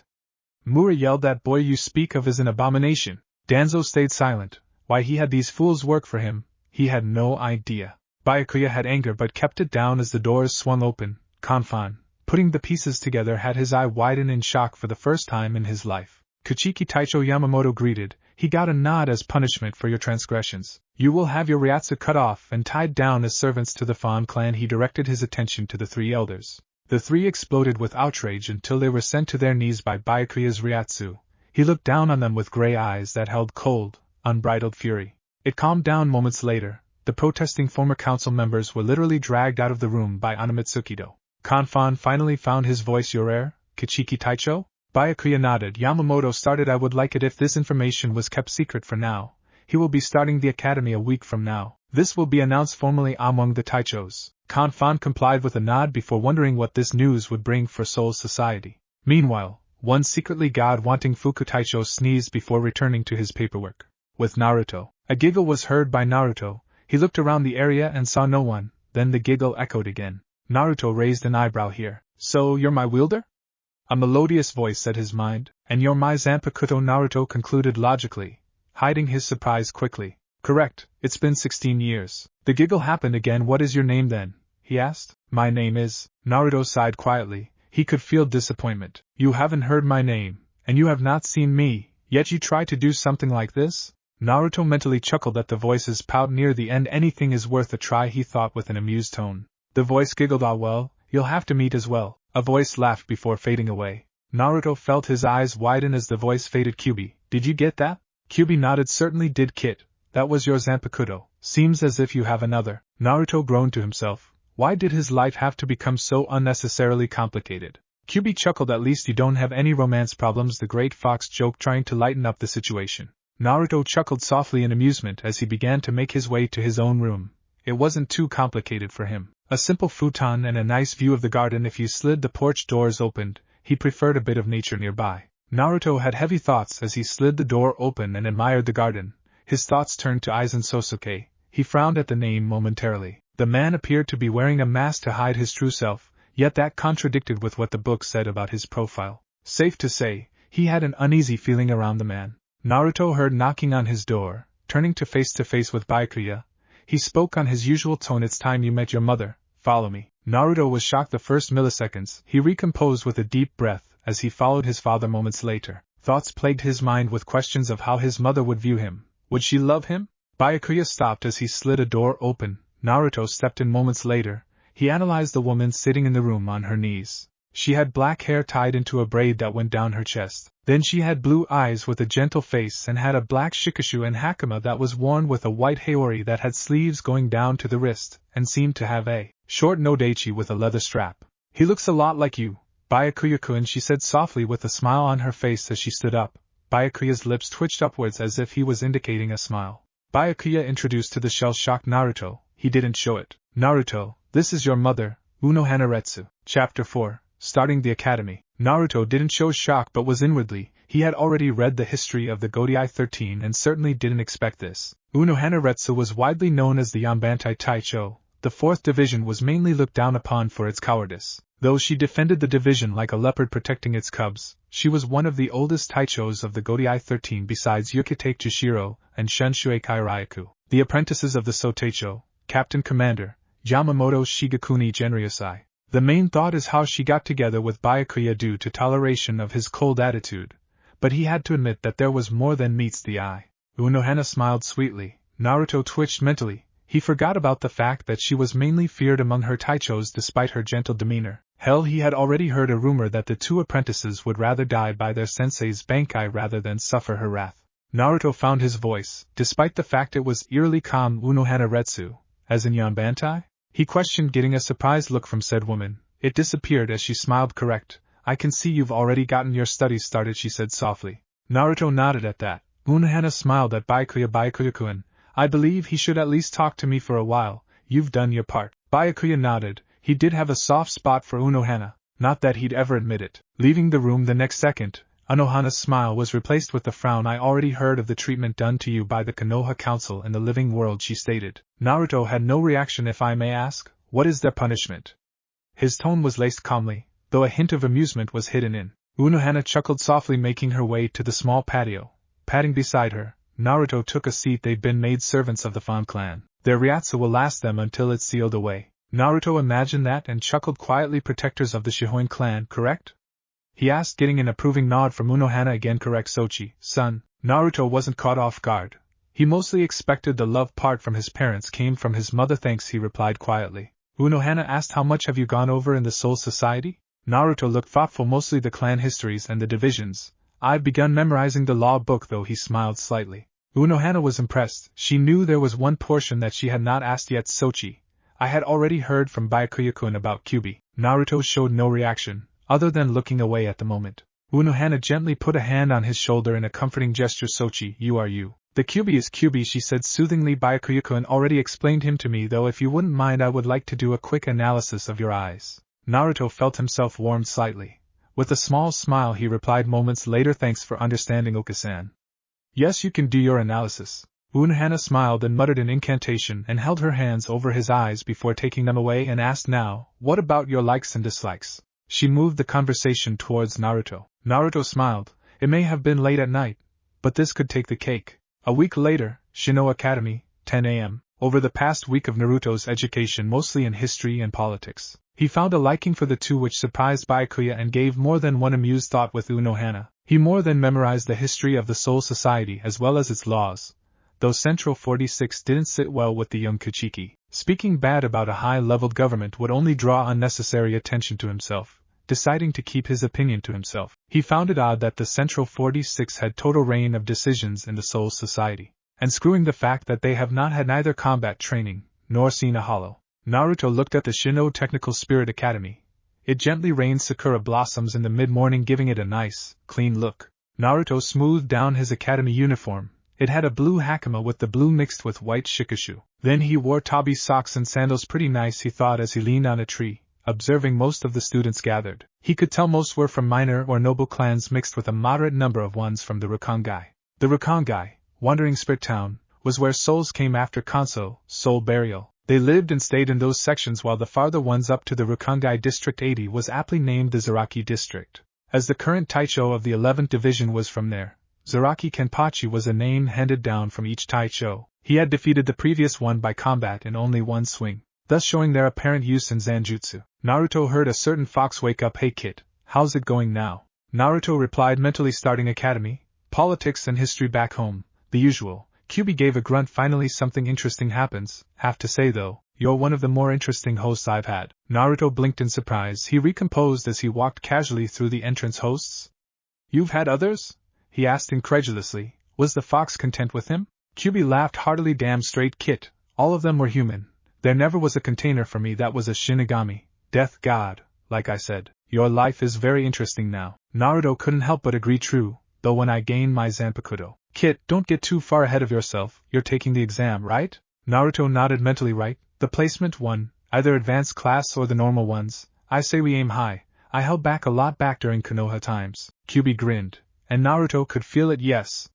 He yelled, no more looking weak for you, Kit. Naruto couldn't hold back an amused expression. Kyubi may love battle at times, even being peaceful, but sometimes he was just downright odd, which more than made Naruto's life fun. Recomposing, he made his way to the classrooms, entering the Shinigami class. It appeared to be a great hall with enough room for 100 students. Think in Renji's Academy flashback. Naruto sat near the front, as it would help him experience more. Him staying awake though wasn't a problem, as Kyubi was pushed Naruto to do exercises every morning. He steadily increased his speed. Then came an idea from Naruto to make something similar to gravity weights in the elemental nations.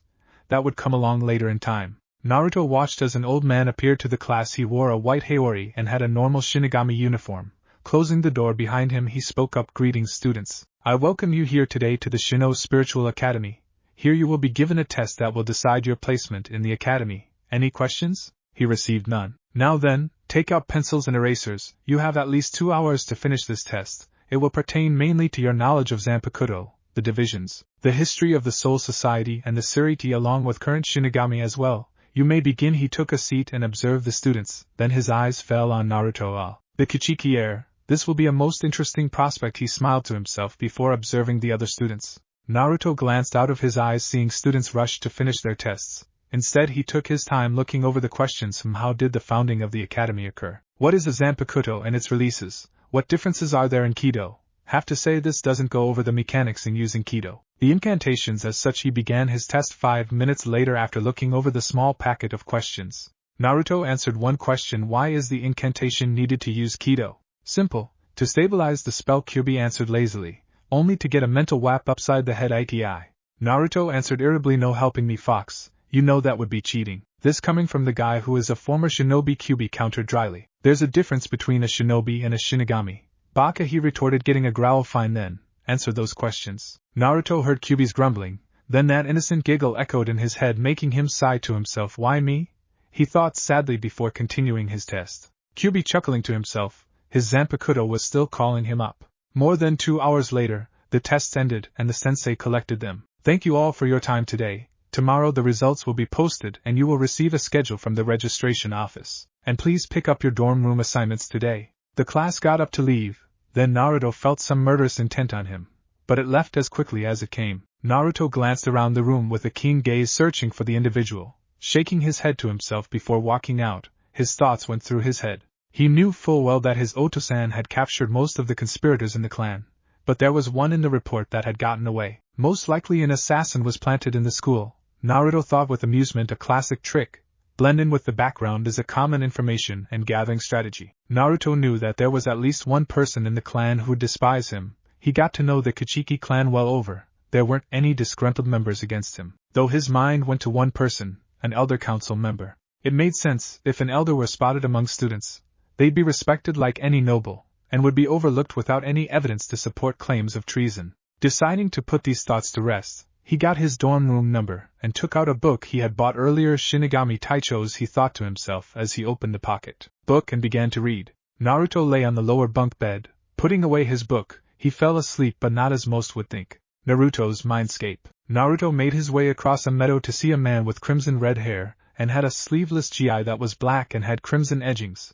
Then he had black cargo pants with getas. He stood at a height of 6 feet 3 inches and had slit crimson eyes. Hey kid, ready to start Kido? Naruto nodded. I take it you're not much for healing Kido. He twitched, seeing Kyubi look sheepish. That never was my area of expertise. But your Okasan can help you in that area, he pointed out at the end. Naruto nodded. Kyubi smirked. Now, when it comes down to Kido, it's all about the flow of Ryatsu in you. Gaining control is necessary for any Kido user, be it master or beginner, he explained. I know that we should practice Bakudo to keep up Ryatsu control. Why Bakudo? Kyubi smirked at Naruto's question. Simple. The power of a bakuto or kido all depends on how much ryatsu is put into said attack or restraint. Naruto added not to mention the incantations increase the power of the kido, as well as controlling it. Kyubi nodded at Naruto's added fact and smirked, right? And in a few years' time I will have you casting multiple high-level kido and bakuto with just a snap of your fingers. What Naruto will do in my other Bleach story. After all, I do love our tort training sessions. 20 minutes outside is a week in here. Now let's work on bakuto 4, Hanaiwa. Several hours later, the sun began to shine through the window. Naruto blinked, his eyes cleared the blurs. With a yawn he heard Kyubi rise and shine. Kuchiki, yelled the fox, we have got a few laps to do as well as 100 push-up and crunches. Naruto twitched for a moment before looking at the digital clock. 6 a.m. Schedules are posted at 8. I think we can squeeze in an extra lap or 2 foot, he thought to himself, getting up.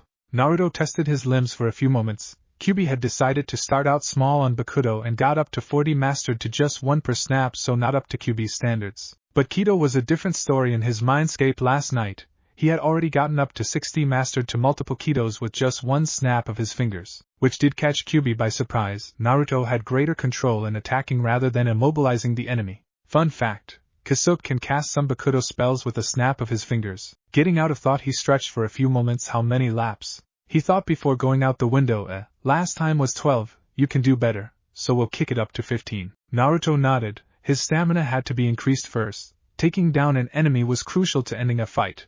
Wear them down to find their weaknesses and make the finisher, was a strategy that Naruto used in fights. Making his way to the forest, he did a few stretches as to not to sprain his muscles. Doing push-ups, he counted 51, 52. He continued, hey sensei, any particulars you'd like for me to focus on during academy? Kyubi hummed for a moment. Ho. I mean, think about it.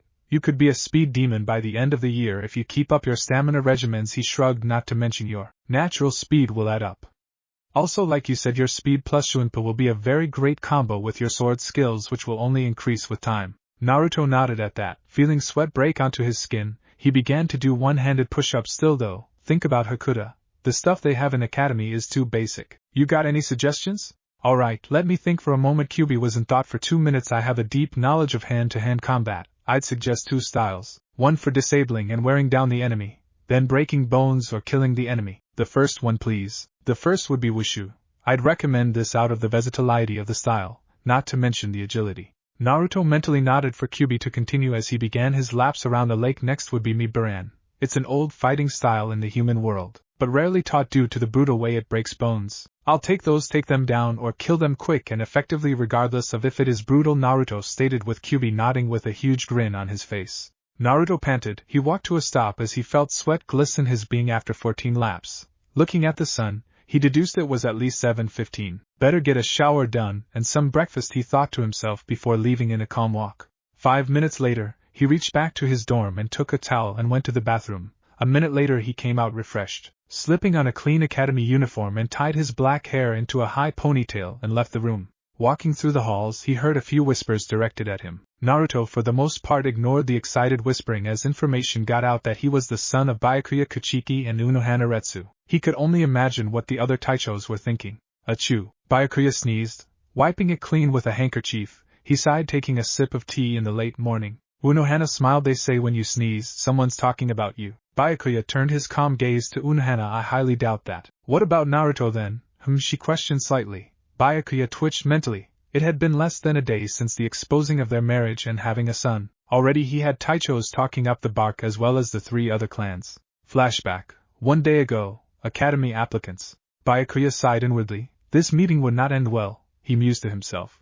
Yamamoto cleared his throat. And now, we are on to our last applicant, he announced. Kenpachi Zaraki got a relived groan though Yamamoto ignored it. Our last applicant. Byakuya prepared for the storm. Unohana just smiled and stayed quiet, though the ones who knew her like Jishiro Yukitake and Shunshui Kairaiku were raising eyebrows at her current demeanor and decided to wave it off as some new Ikebana lesson. Naruto Kuchiki Anohana. At that statement, all was silent, not even a cricket was willing to chirp.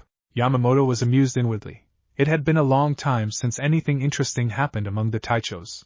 Kuchiki Retsu, Jishiro said slowly. Shock and a gape were present as he looked at Unohana, who was smiling brightly. The reactions actually varied among the Taichos. The more their reactions were like this. Shunshui felt his jaw detach and hit the floor with a bug-eyed expression as he dropped his bottle of sake. Shinji was gaping fully. Kensei slumped slightly as if he were stumbling.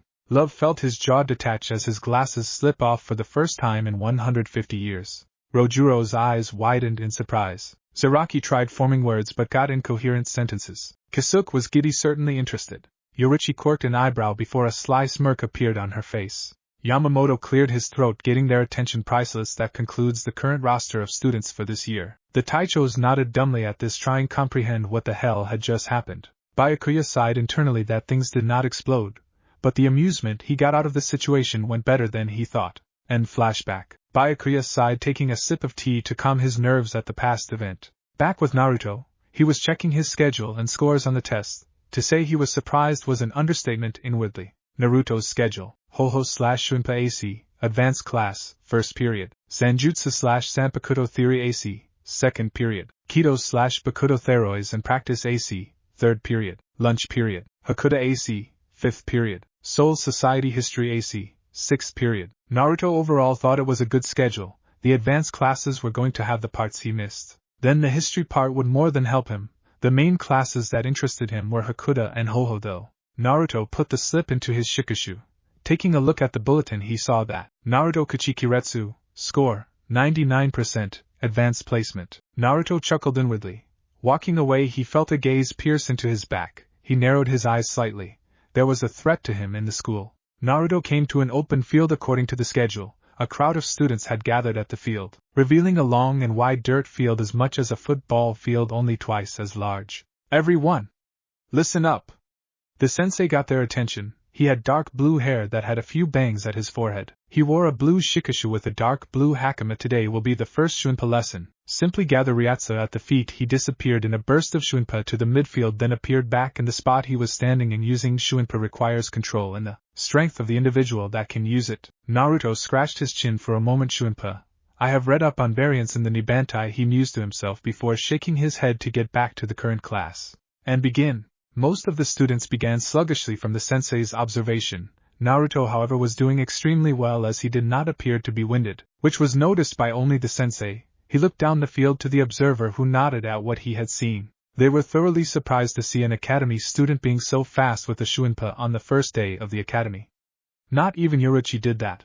This was practiced by the class for a while. Most of the students were exhausted by the end of the class. Naruto, however, didn't even look winded as he took a deep breath. Now this was going down in the report. The sensei was impressed. The Kuchiki kid obviously had this down already. He shook his head. The report was going to make the Taichos have a field day. Naruto had already predicted this outcome. Then something caught his eye. Glasses glinted in the distance, but none noticed it. Naruto ignored it obviously, but he recognized the rimmed glasses that were black. Once he was out of sight of the area, he had to move on to his next period, Zanjutsu. The class was, moreover, a dojo with the students sitting a foot or two from the wall. Naruto took his seat as the class began. Hey everyone, glad to see you here today for advanced Zanjutsu. Now today we will discuss the formation of a zanpakuto as well as sparring today. I will show instruction in using bakken for our spars. Naruto inwardly scoffed. He was already coming up with a style to use when it came to sword play. Any ideas for Zanjutsu now? Kyubi snored. A small sweat drop appeared on the back of Naruto's head. Forget it, I'll ask later. Mentally shaking his head, he turned his attention back to the lesson. He had finished his class and safe to say, it went over well, with him defeating the second best in the class, though he finished the spar quickly with a few vital points hit. The student was injured. Kit, that was a little over the top with the finisher. Naruto shrugged, mentally aiming for the shoulder was necessary. He shot back coolly. Kyubi sighed, oh for Christ's sake, you're a fucking former shinobi. Have some concept of honor. Naruto snorted mentally. Shinobis used dirty tricks and attacking Konoha was totally part of the plan for you, he mocked dryly. He could feel the fox twitching. I hate you, Gaki. Naruto mentally chuckled but decided to shrug it off as Kyubi decided to take a nap. Next up was Kido class.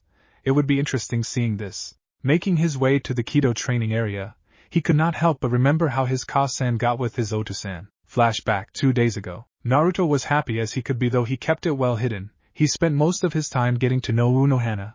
There was one question that he had to ask. How did you meet Oto-san?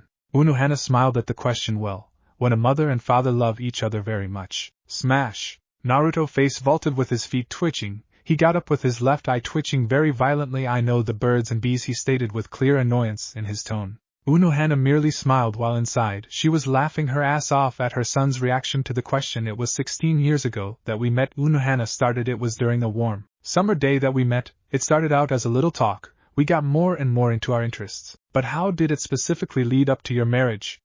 He asked curiously. I mean, a clan head dating does get a lot of rumor mills running, he pointed out at the end. Unohana smiled at her son's observation skills. True, but we opted to understand each other from a perspective like this. She gazed over the compound. Our marriage only met one rejection from a single member on the council. Naruto narrowed his eyes in the slightest of ways. Who? He asked. His tone was not demanding but was interested, but already expected an answer. Akira Kuchiki. Naruto nodded slowly. But why marry him?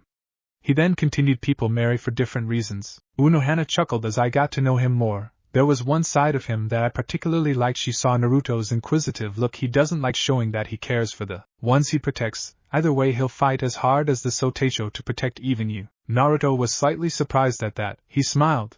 He had to thank Kakashi-sensei for the advice. Look underneath. He gazed to the sky with had a few clouds. End flashback. Naruto got a response from Kyubi, who yawned. Alright, you asked about a Zanjutsu style? Naruto mentally nodded. Kyubi let's see for a style use he ten Mitsurugi. Naruto mulled over on that. We'll go over the style later. Right now I'm up to Kido. Oh, and make sure you do a high level. Wang! Naruto smirked as he dropped a mental anvil on Kyubi. An instructor raised an eyebrow. Kuchiki. Naruto recomposed moments later. Yes, sensei? The man hummed. Anything you'd like to say? Naruto cocked a brow as if he were questioning the teacher. No, sir. The man nodded. Alright everyone. This here is Kido training, or rather the demon arts. Can anyone tell me the 3 disciplines? Naruto raised his hand calmly. The sensei pointed at Naruto. Kuchiki-san, you explain. Naruto merely nodded. He knew he'd get admonished with praise but decided on being humble would both help his image as a student and the Kuchiki clan itself. He turned his tone into a calm and confident tone that was not prideful but informative. Heido, the art of destruction. Bakuto, the restraining and healing Kido. The sensei nodded. Correct, he praised with a smile. Getting no reaction from Naruto, he continued. I know some of you have already practiced. Some of you please perform the Heido no Sansen, Shikaho. Naruto and a few nobodies went first. Naruto remembered that he said that he wouldn't hold back, and so everybody watched as he simply snapped his fingers and 5 of the Kido Heido no Sansen, Shikaho appeared. This definitely shocked everybody. How? As you said, you know, some of us have practiced, myself more so than others apparently. Naruto said simply with no emotion on his face, though inwardly he was amused by the reactions. The teacher praised Naruto, and to his surprise he wasn't prideful nor was he boastful. He merely gave a curt nod before sitting down with the class and ignoring the amazed whispers with a book in his hand. 3 figures were watching from a balcony atop the school. It peered down onto the Kido training area. So that's him? A laid-back man asked. Certainly is your and Byakuya-kun's kid. The white-haired man next to him nodded in agreement. That was very impressive. I have only heard of very few in the Kido Corps being able to do Kido without incantations, though I have never heard of somebody being able to simply snap their fingers and have several Kido appear, especially an academy student. Unohana nodded softly. Her son was already talented in Kido.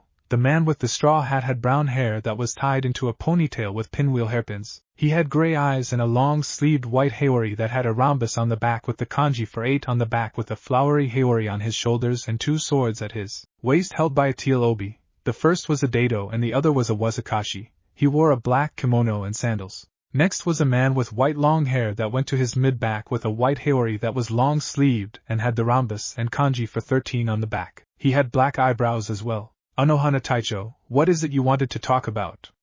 Jushiro Yukitake inquired politely. It has to do more with just your son's arrival here. Shunshuei the kid's an intellectual in my opinion. He observed he was reading strategy books while the Kido class went on. Has he already read up on the divisions? Unohana merely nodded yes. But I do believe we're getting off topic, she pointed out. Shunshuei chuckled nervously. He may have been an apprentice to Yamaji, but he wasn't stupid enough to challenge Unohana. Sorry, he apologized. Unohana nodded in acceptance now. I wanted to talk about. She was going to enjoy the laugh inwardly. With Naruto. Naruto watched as each student went.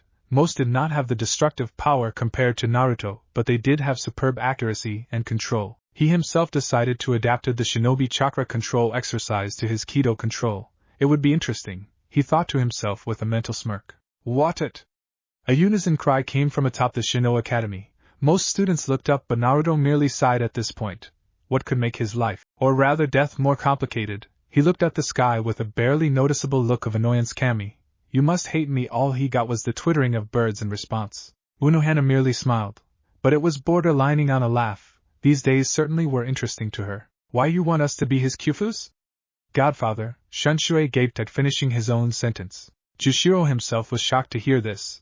But to come from Unohana of all people we will, why us then? Unohana smiled at the question. I had discussed this with Byakuya-kun at first. He was somewhat reluctant, but after some deliberation we found you two to be the best choice for quite a position. Shunshui recomposed with a cocked eyebrow. Any more of a reason? He asked. Unohana sighed. Once he needs a proper role model, she reasoned. Let's just say that it was a hard time for him in his early life, she ended, not wanting to expose her son's past without his permission. And I'd balance over the fact Shunshui Taicho is a pervert, for a lack of better word? Jushiro questioned with a sly smirk that was small. Shunshui hung his head. You didn't have to be that blunt, Jushiro-san, he whined at the end, making the two chuckle. Unohana smiled. Think of it that way if you want, she chided lightly. We'll work out the paperwork at the Kichiki compound later, say in the evening? Jushiro looked at Shunshui. The two exchanged a silent message as they nodded in unison. Given what you're telling us little about, I'm all for it, Shunshui agreed with the current proposition. Jushiro added, and I think I'd like to get to know your son better, in my opinion. Unohana nodded softly. Oh, her son was going to get more of a wake-up call than what happened with telling Naruto how she met Byakuya.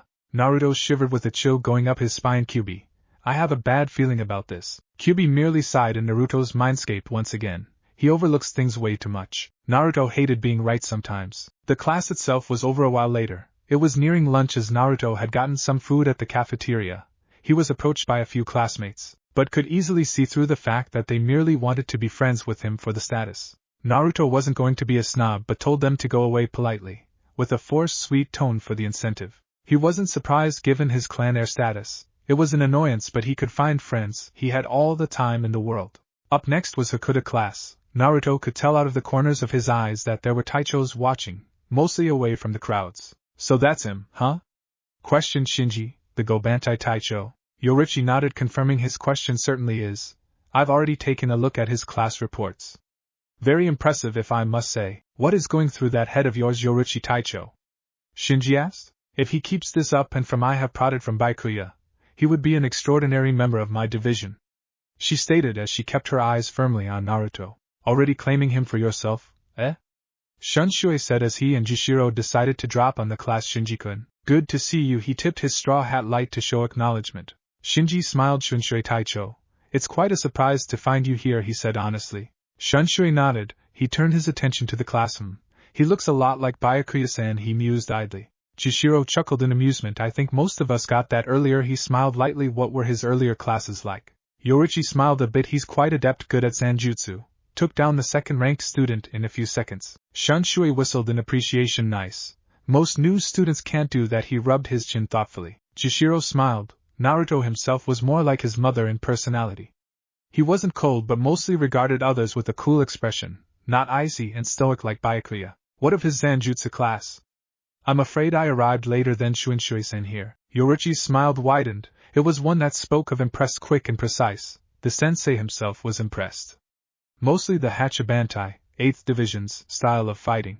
Shunshui cocked a brow at that but slipped his hands in the sleeves of his haori, and decided to observe the class. Yorichi analyzed Naruto with curiosity in her eyes. But what she found surprised her inwardly. The way he walked was as graceful as a tiger, not arrogant, nor prideful of his lineage, but rather confidence worked out over years of training. Naruto himself watched from the front of the crowd. The instructor explained the uses of Hakuda and the philosophies behind the divisions as well. Naruto scoffed inwardly. The academy Hakuda was too basic for his liking, but it did have its positives in teaching a person proper reaction timing. Earlier, Kyubi had taken the liberty of training Naruto in his mind during the lunch period. Given the fact the fox could slow down time in it to 20 minutes equals 1 week, and lunch period is an hour long, so that is 3 weeks non-stop since he doesn't need to sleep in his mindscape, and any damage done is null and void when he is in there. The sensei watched over each participant as they performed average or slightly above average.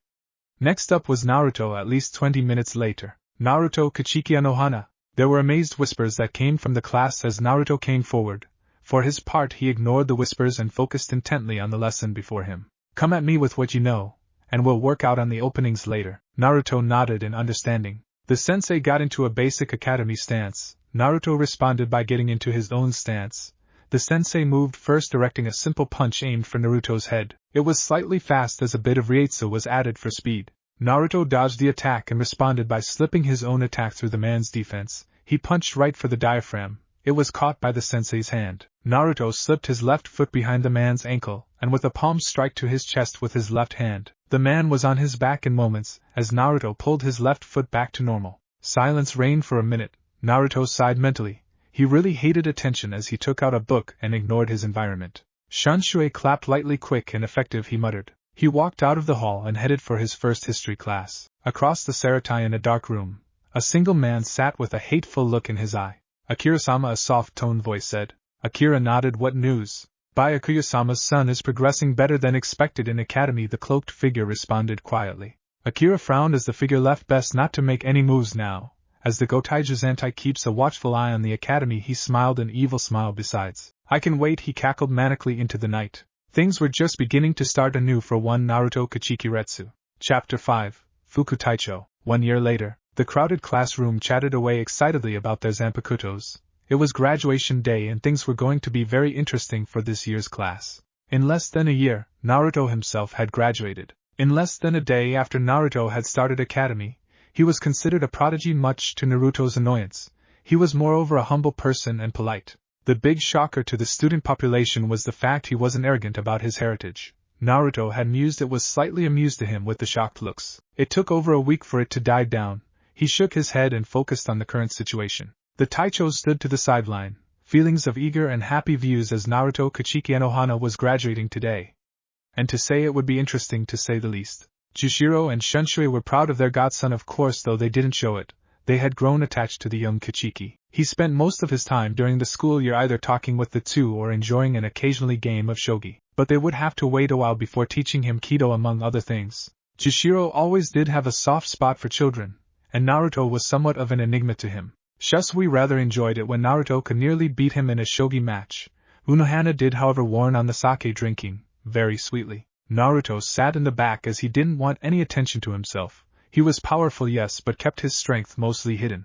Kyubi had trained the Kichiki to the point of near exhaustion, both physically and mentally. He already knew all of the Kido and Bakuto and mastered them to Kyubi standards, not to mention he also had highly proficient Hakuda. He preferred to Hakuda before engaging with weapons. Naruto had changed quite a bit. He was at least 5 feet 8 inches now, and his high ponytail was now at least to his mid-back, much to Anohana's amusement. The young Kichiki side, a reputable fan club, had grown in the academy, and it was annoying to say the least. He twitched his eyebrow. While his eyebrow twitched, he smiled a little inwardly. One of his fangirls actually took her training seriously, and became a great friend to him. He already had an excellent grasp in Shunpa, but had room for improvement. His Zanjutsu was more than impressive, as he focused mainly on taking down the enemy quickly. The ceremony began in an alphabetical order for the students. The people that went were excited for getting their zanpakutos, or disappointed in how they looked or did not get their names. Naruto gave a barely seeable glance to Byakuya and Unohana. He gave a discreet nod while Byakuya gave a slight smile showing some pride before reverting to his normal stoic look. Unohana gave a smile and nod as the ceremony continued. Naruto Kichiki Unohana, the sensei called from his clipboard. Naruto got up and ignored the excited whisperings. He noted a few Kichiki clan elders were there, looking particularly proud of Byakuya-sama's son. He could tell progress reports were a common thing when it came to clans. Meditate and concentrate on your zanpakuto spirit, the sensei instructed. The Ryatsu will generate your zanpakuto, so please focus. Naruto gave a curt nod before getting into a meditative position and dived deep into his mindscape. Naruto's mindscape. Naruto opened his eyes, finding himself in a large grassy area. A waterfall gently sounded through the valley. A large forest was nearby as well. Naruto looked up at the cool blue sky and clouds to see a single white falcon giving a scream in the air. Naruto smiled lightly. He loved peaceful scenes like this. Admiring the scenery for a few moments, he tore off after hearing a giggle and seeing a figure run through the forest. Naruto immediately chased after the woman. As he reached a river near a clearing, he looked right to see the waterfall up the river. So you're finally here? Naruto wasn't surprised by the sudden appearance of the woman. He turned seeing her have peach skin. She wore a white kimono with dark orange flames at the edges of the sleeves and hakamas. Then she had black hair that cascaded down her back and clear blue sky eyes. So I am, Naruto responded as he turned. You've been patient for a year. The woman smiled. I have. You are a unique individual, Naruto, the woman said. Naruto's Sharingan eyes spun as he cocked a brow. She's more than likely have been with me longer than I know myself. Oh, and I can hear your thoughts, she commented, amusedly. Naruto's left eyebrow twitched. A year ago, you said that there was another. What did you mean? Instead of her answering, A gruff voice replied, she means me, Gaki.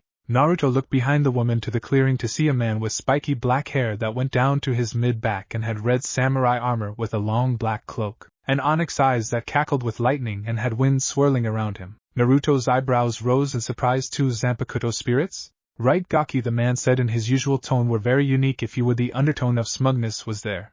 Naruto looked at the two and his eyes widened in shock. We're a pair if you would, siblings. Naruto felt his jaw hang for the first time in his life. The woman giggled at his reaction. I take it you'll want to know our names. I am Tsukuyami, Naruto-kun, moon goddess, and I am… Naruto caught the woman's name but didn't the man's. I'm sorry. I didn't hear your name. He looked at the man who sighed in response. I see. Perhaps in time then. It's more than due to the fact that you've tried contacting me more than once. Then where was he? Naruto questioned with a raised eyebrow. Silence echoed the clearing until it was broken. Oichi, I don't know, maybe it was the mirror you shattered. She yelled with a glare at the man, referring to the fact he was hiding. Several tick marks appeared on the back of her head. Hey! It wasn't my fault you left it lying around. The man protested. It's a friggin' mirror. You can always get a new one, he pointed out at the end. It doesn't matter. It was from Otosen, you ignorant asshole. Naruto coughed. What? The two yelled in unison. Naruto chuckled in amusement. If you're finished with your argument, I'm going to be leaving now. He shimmered from his mindscape. The man sighed. Sometimes, I wonder if we'll get along with this Gaki. Tsukuyami smiled. You shouldn't doubt him. He has the heart to wield us. The man merely hummed as he left the area. We'll find out. Exiting Naruto's mindscape. It was 10 minutes later with anxious students and eager taichos that were waiting. Then without warning a pillar of Ryatsu emerged from Naruto. Part of it felt cool and calm, serene, tranquil, while the other was like a raging storm. It died down moments later, revealing 2 katanas in Naruto's lap. The taichos gasped collectively. The Kuchiki elders were too shocked for words. The first was obviously beautiful. It had a light blue handle with a golden tsuba that was shaped like a circle and a white string on the end and a white sheath. The next was slightly intimidating. It had a black hilt with a red diamond pattern and had a black sheath. The hilt was square with 4 red lightning bolt blades stretching out to the edges. Between the lightning bolts are green swirls. Naruto's only reaction was raised eyebrows. He took up the 2 and put them securely at his left waist, being held by a crimson-red obi. He walked back to his seat and ignored the looks of fascination and awe. Naruto's only reaction was a raised eyebrow. He brought his now bladed right arm up to eye level and muttered under his breath. Jushiro smiled. Do you think we rubbed off him a bit too much? As Shunshui-san? Shunshui chuckled in response. I do believe we have, he responded with an amused tone. Yamamoto was surprised. Only his 2 apprentices had earned 2 zanpakuto. It was quite surprising judging from the looks he got.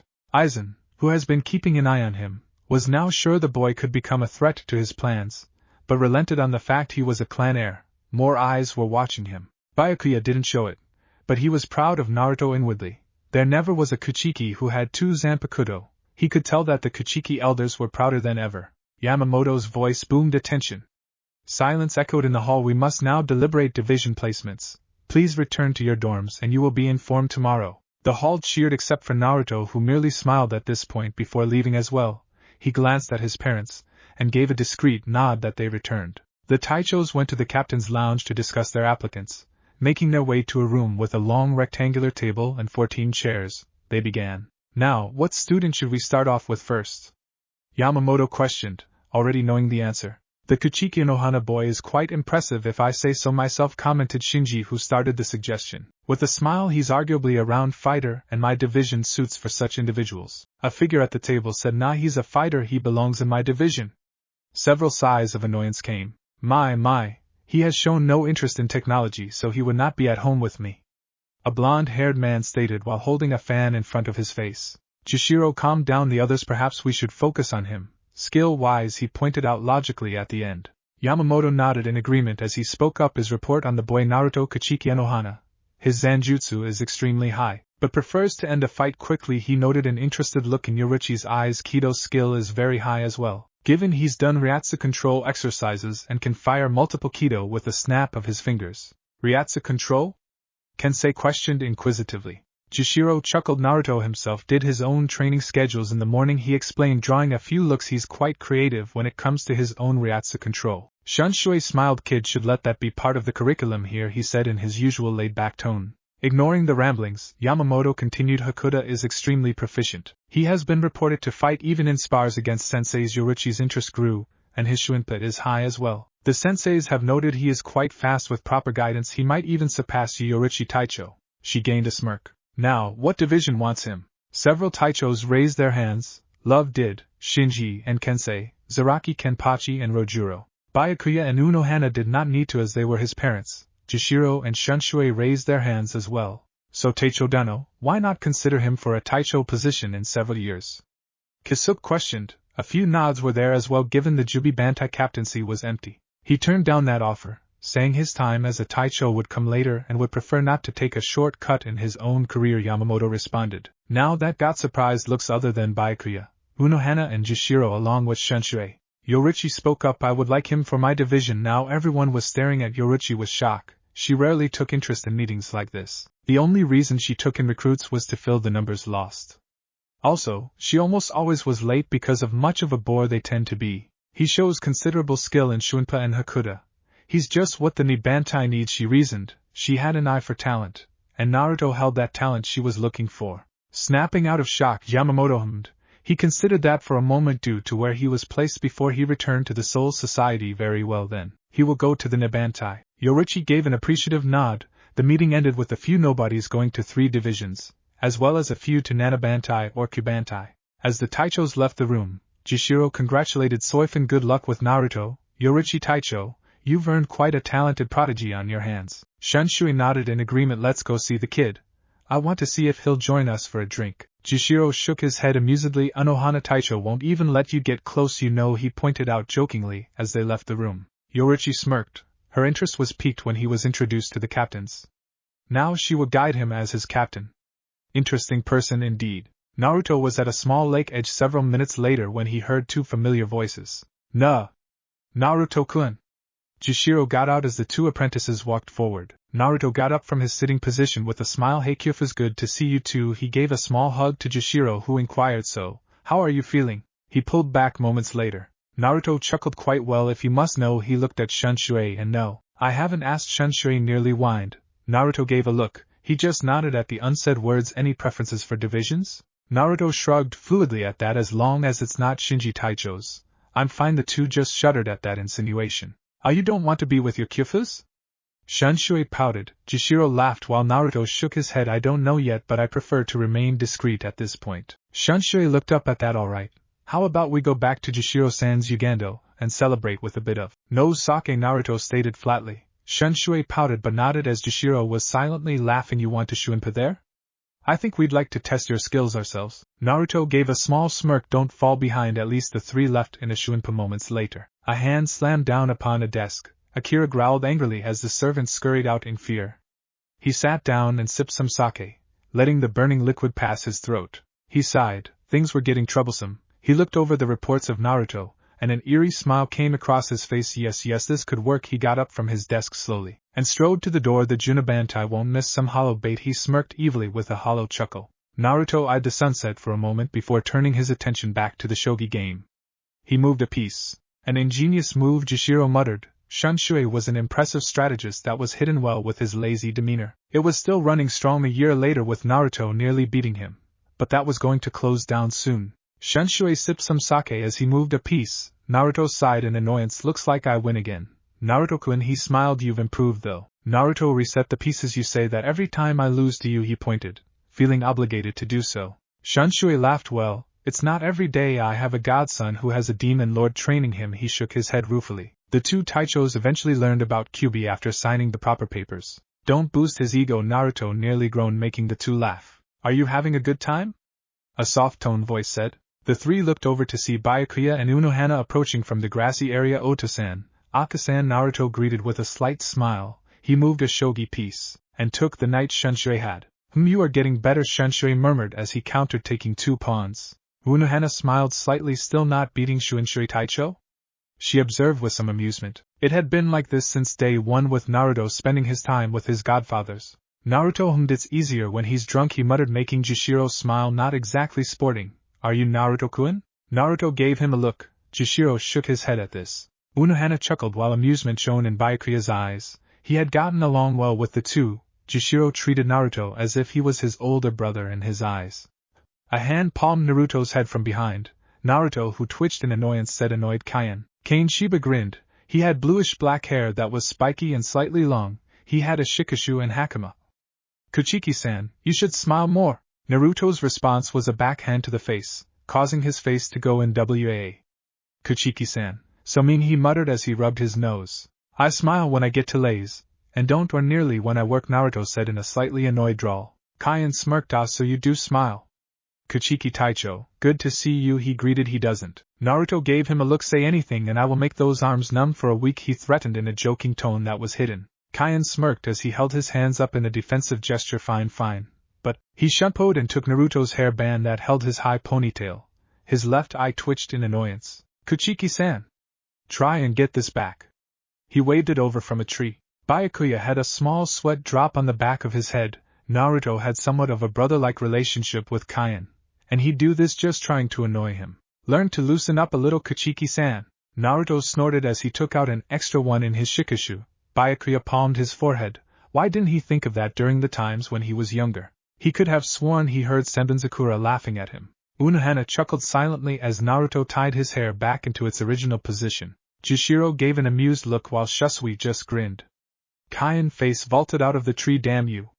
You ruined the purpose of this exercise. Naruto only shrugged. I always have backup plans, he smirked smugly as he crossed his arms. You just don't think ahead like I do, he smiled as Kyan got up. Finally you smiled. He chuckled, walking over. So I don't mind if I keep this?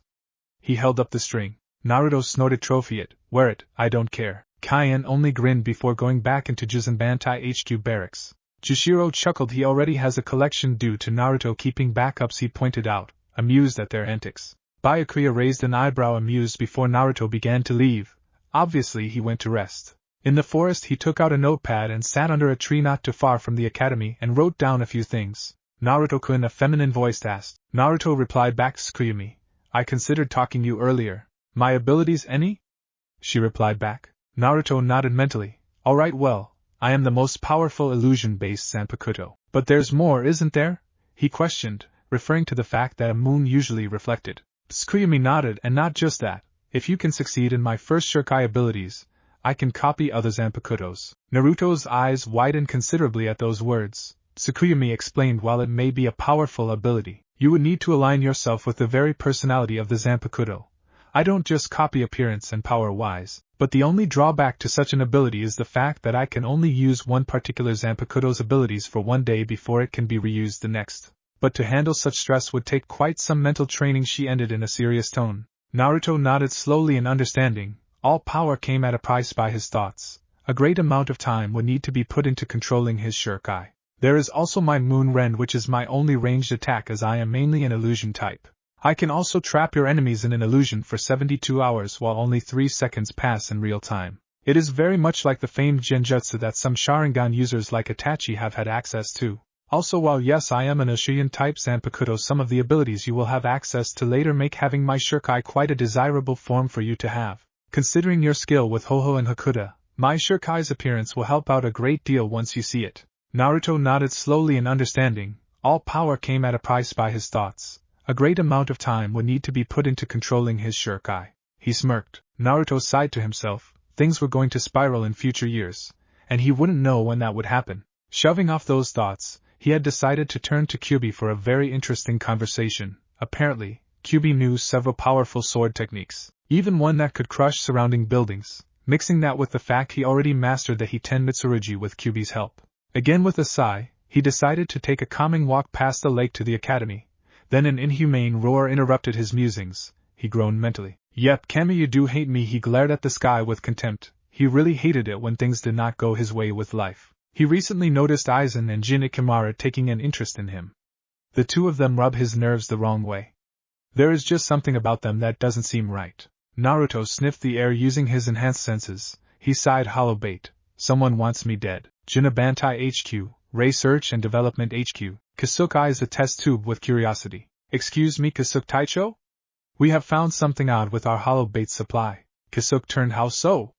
He asked, slightly interested. One seems to be missing. The alarms went off, cutting off the Shinigami members speaking. Taicho. Hollow influx detected as well as hollow bait released. What? Kasuke demanded. Inform the Soteicho and mobilize the nearest division. The alarm reached across the Saratai. Taichos looked up, but two notable ones looked up from their work in shock hearing the message form hell butterflies. Alert alert, hollows on the academy grounds, all Taichos, evacuate students and eliminate hollows. In less than a burst of shunpa, all the Taichos made their movements. With one interested Taicho who had to see a certain Kachiki in action. At the academy, one student was having one bad day, putting it mildly. Naruto dodged a hollow swiping by tilting back his body. He flipped backwards, acrobatically avoiding each slash or energy blast. Naruto snapped his fingers while a ball of red fire shot at a hollow, hitting it dead center in the mask. It dissipated moments later. He landed on a tree branch, only having to jump off as it was reduced to splinters moments later.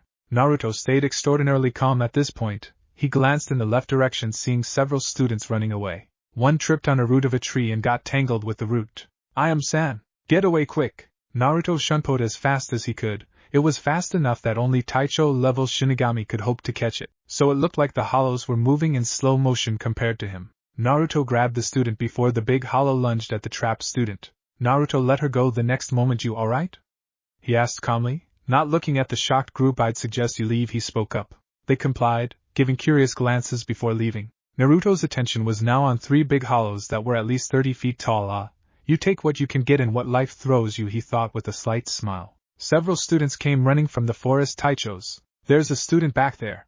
He got Iam-san, and we don't know what's happened." Yorichi nearly groaned. Shinji started. "I can finish up here, if you don't mind, Taicho," he said politely. Just as she shunpoed across into the forest, she stopped, recognizing the student. Naruto Kachiki Anohana, she mused, this would be interesting.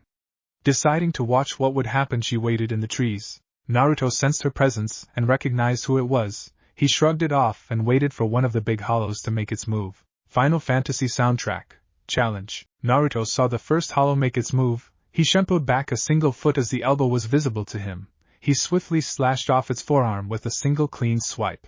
The hollow roared in total agony and pain. Yorichi raised an eyebrow in surprise. She had seen teens from the Kachiki clan, mostly arrogant brats but not all. But this one intrigued her. He was calm, composed, and above all had no hesitation in doing that action. Naruto shunpoed past its legs, swiftly slicing its tendons, making it fall to the ground on its front. Naruto immediately shunpoed back and slashed it across the mask, leaving a small gash. It dissipated the next moment, and Naruto swiftly pointed his left index finger at the hollow whom was attacking Naruto. A white lighting blast penetrated the mask of the hollow and disintegrated it. The last hollow roared in what appeared to be anger. Naruto swiftly shunpoed and slashed it across the mask as it tried punching the living daylights out of Naruto. End soundtrack. Naruto just sighed quietly to himself before flicking off the blood and walking away casually. Yorichi, watching, was slightly shocked by what she had seen. He was a mere academy student, fresh one, but he was at least a fifth seed judging by what she had seen in the fight. She made a good choice in having the Kachiki. "Did you enjoy the show?" Looking down, she saw Naruto staring back at her right into the eye. Of course she wanted to tear away her gaze, but it was just so irresistible. His eyes held a ferocious power like that of a dragon. Yoriatsu fluctuated slightly. Naruto explained her unasked question, anticipation and slight excitement. Yorichi was taken aback for a moment before nodding. Naruto left in a shunpa the next second. She smirked. She had a chance at having a new Fukuteicho.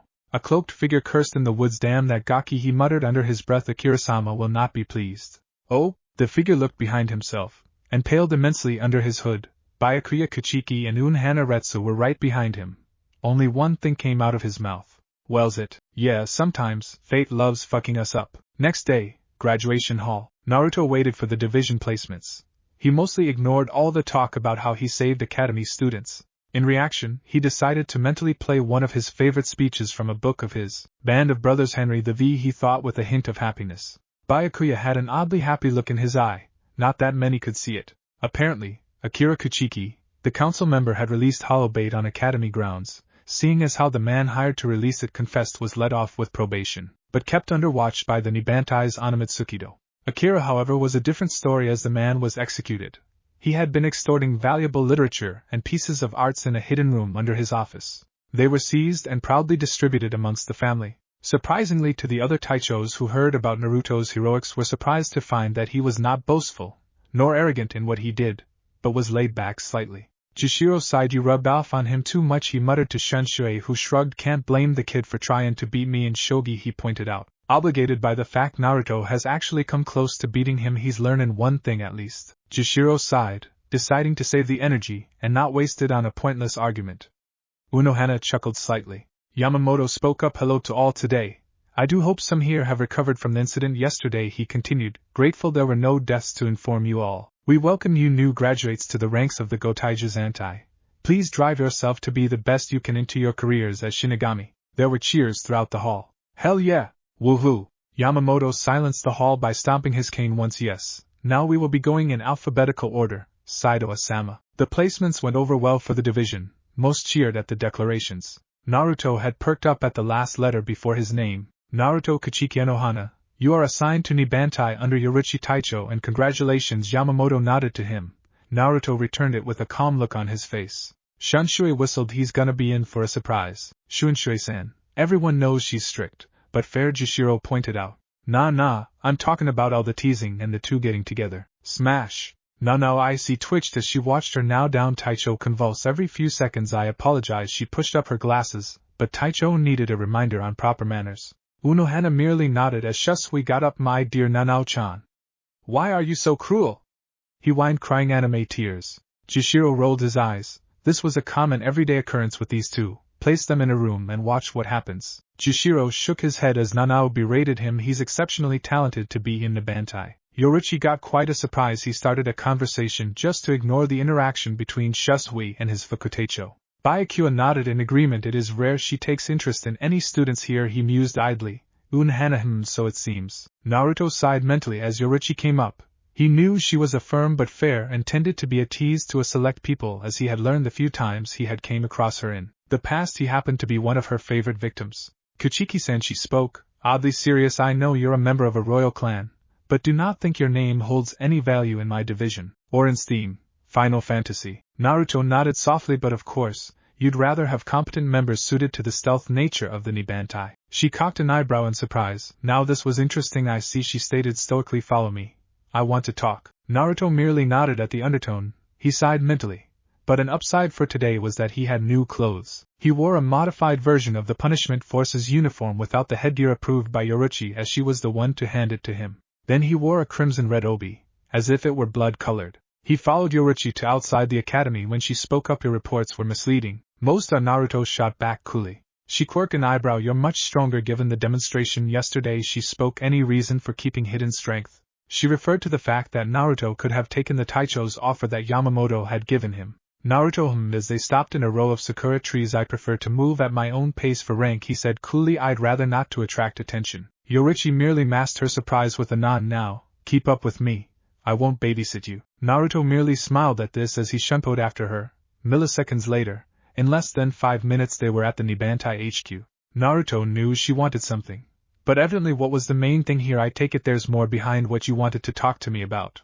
Yorichi nodded, not looking at him. I would think that you'd be ready for a Fukuteicho position. Naruto's eyebrows rose minutely as he crossed his arms. You're there place a bit too much faith in me, or you want to get rid of a fool of one. Yorichi chuckled mentally. She was beginning to like this noble the latter, I assure you, she spoke curtly. Naruto hummed as they began walking up the steps. Naruto could sense fluctuating Ryatsu and determined training was going on. If you can give me information on said man, I believe I'd have a tip of the scales if you would. Yorichi's lips morphed into a full-blown smile. He is lazy, arrogant and slothful, but do not underestimate him despite being those qualities. End or in theme. Naruto heard the ending of the tone very well. If he can be called up. They reached the HQ and went to the sparring grounds 10 minutes later. Mida Fukuteicho.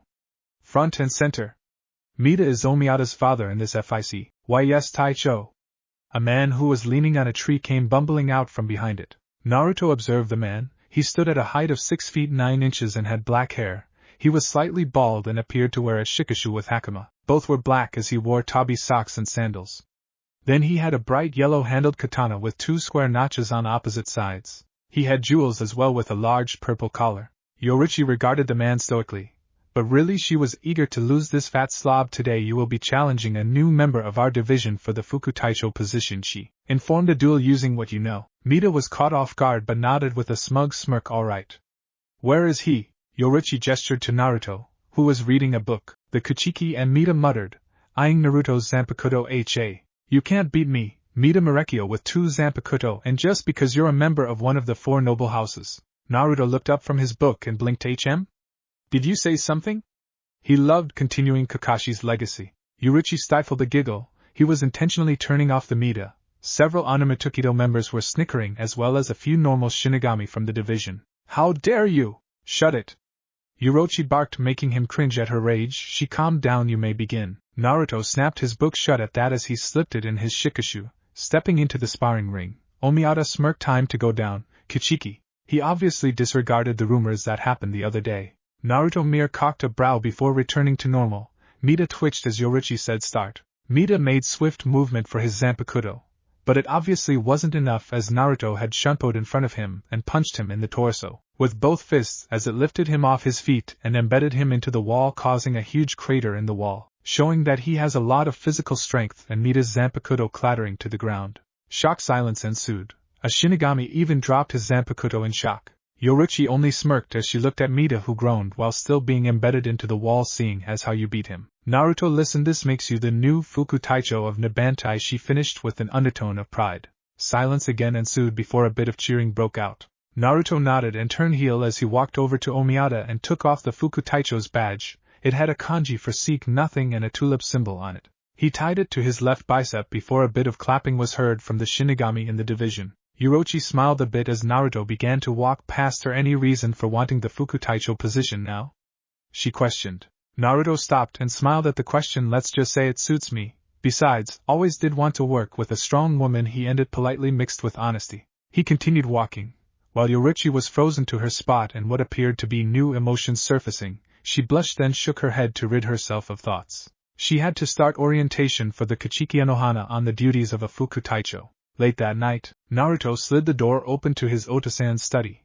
Byakuya was working on some paperwork. Did you achieve a seated officer's position? Naruto smiled slightly. I did. Newest Fuku Taicho, he said softly. It held no boastfulness in the tone as well. Byakuya's eyes widened slightly. Only one day and so much was happening. He turned slightly to Naruto just as said son began to leave. Well done, he said with a hint of pride in his tone. Naruto was surprised, but gave a nod before going off to his own room. His face hardened into a serious feature. He knew some shady people had their eyes on him, so for the next few years, he would have to remain where he was. Any suspicious action and they might try to pounce on him. Naruto heard chuckling from his mindscape. He saw a hint of black electricity and wind gather at the pommel of his black and red-handled zanpakuto before dispersing. He cocked an eyebrow. So, are you ready to tell me your name?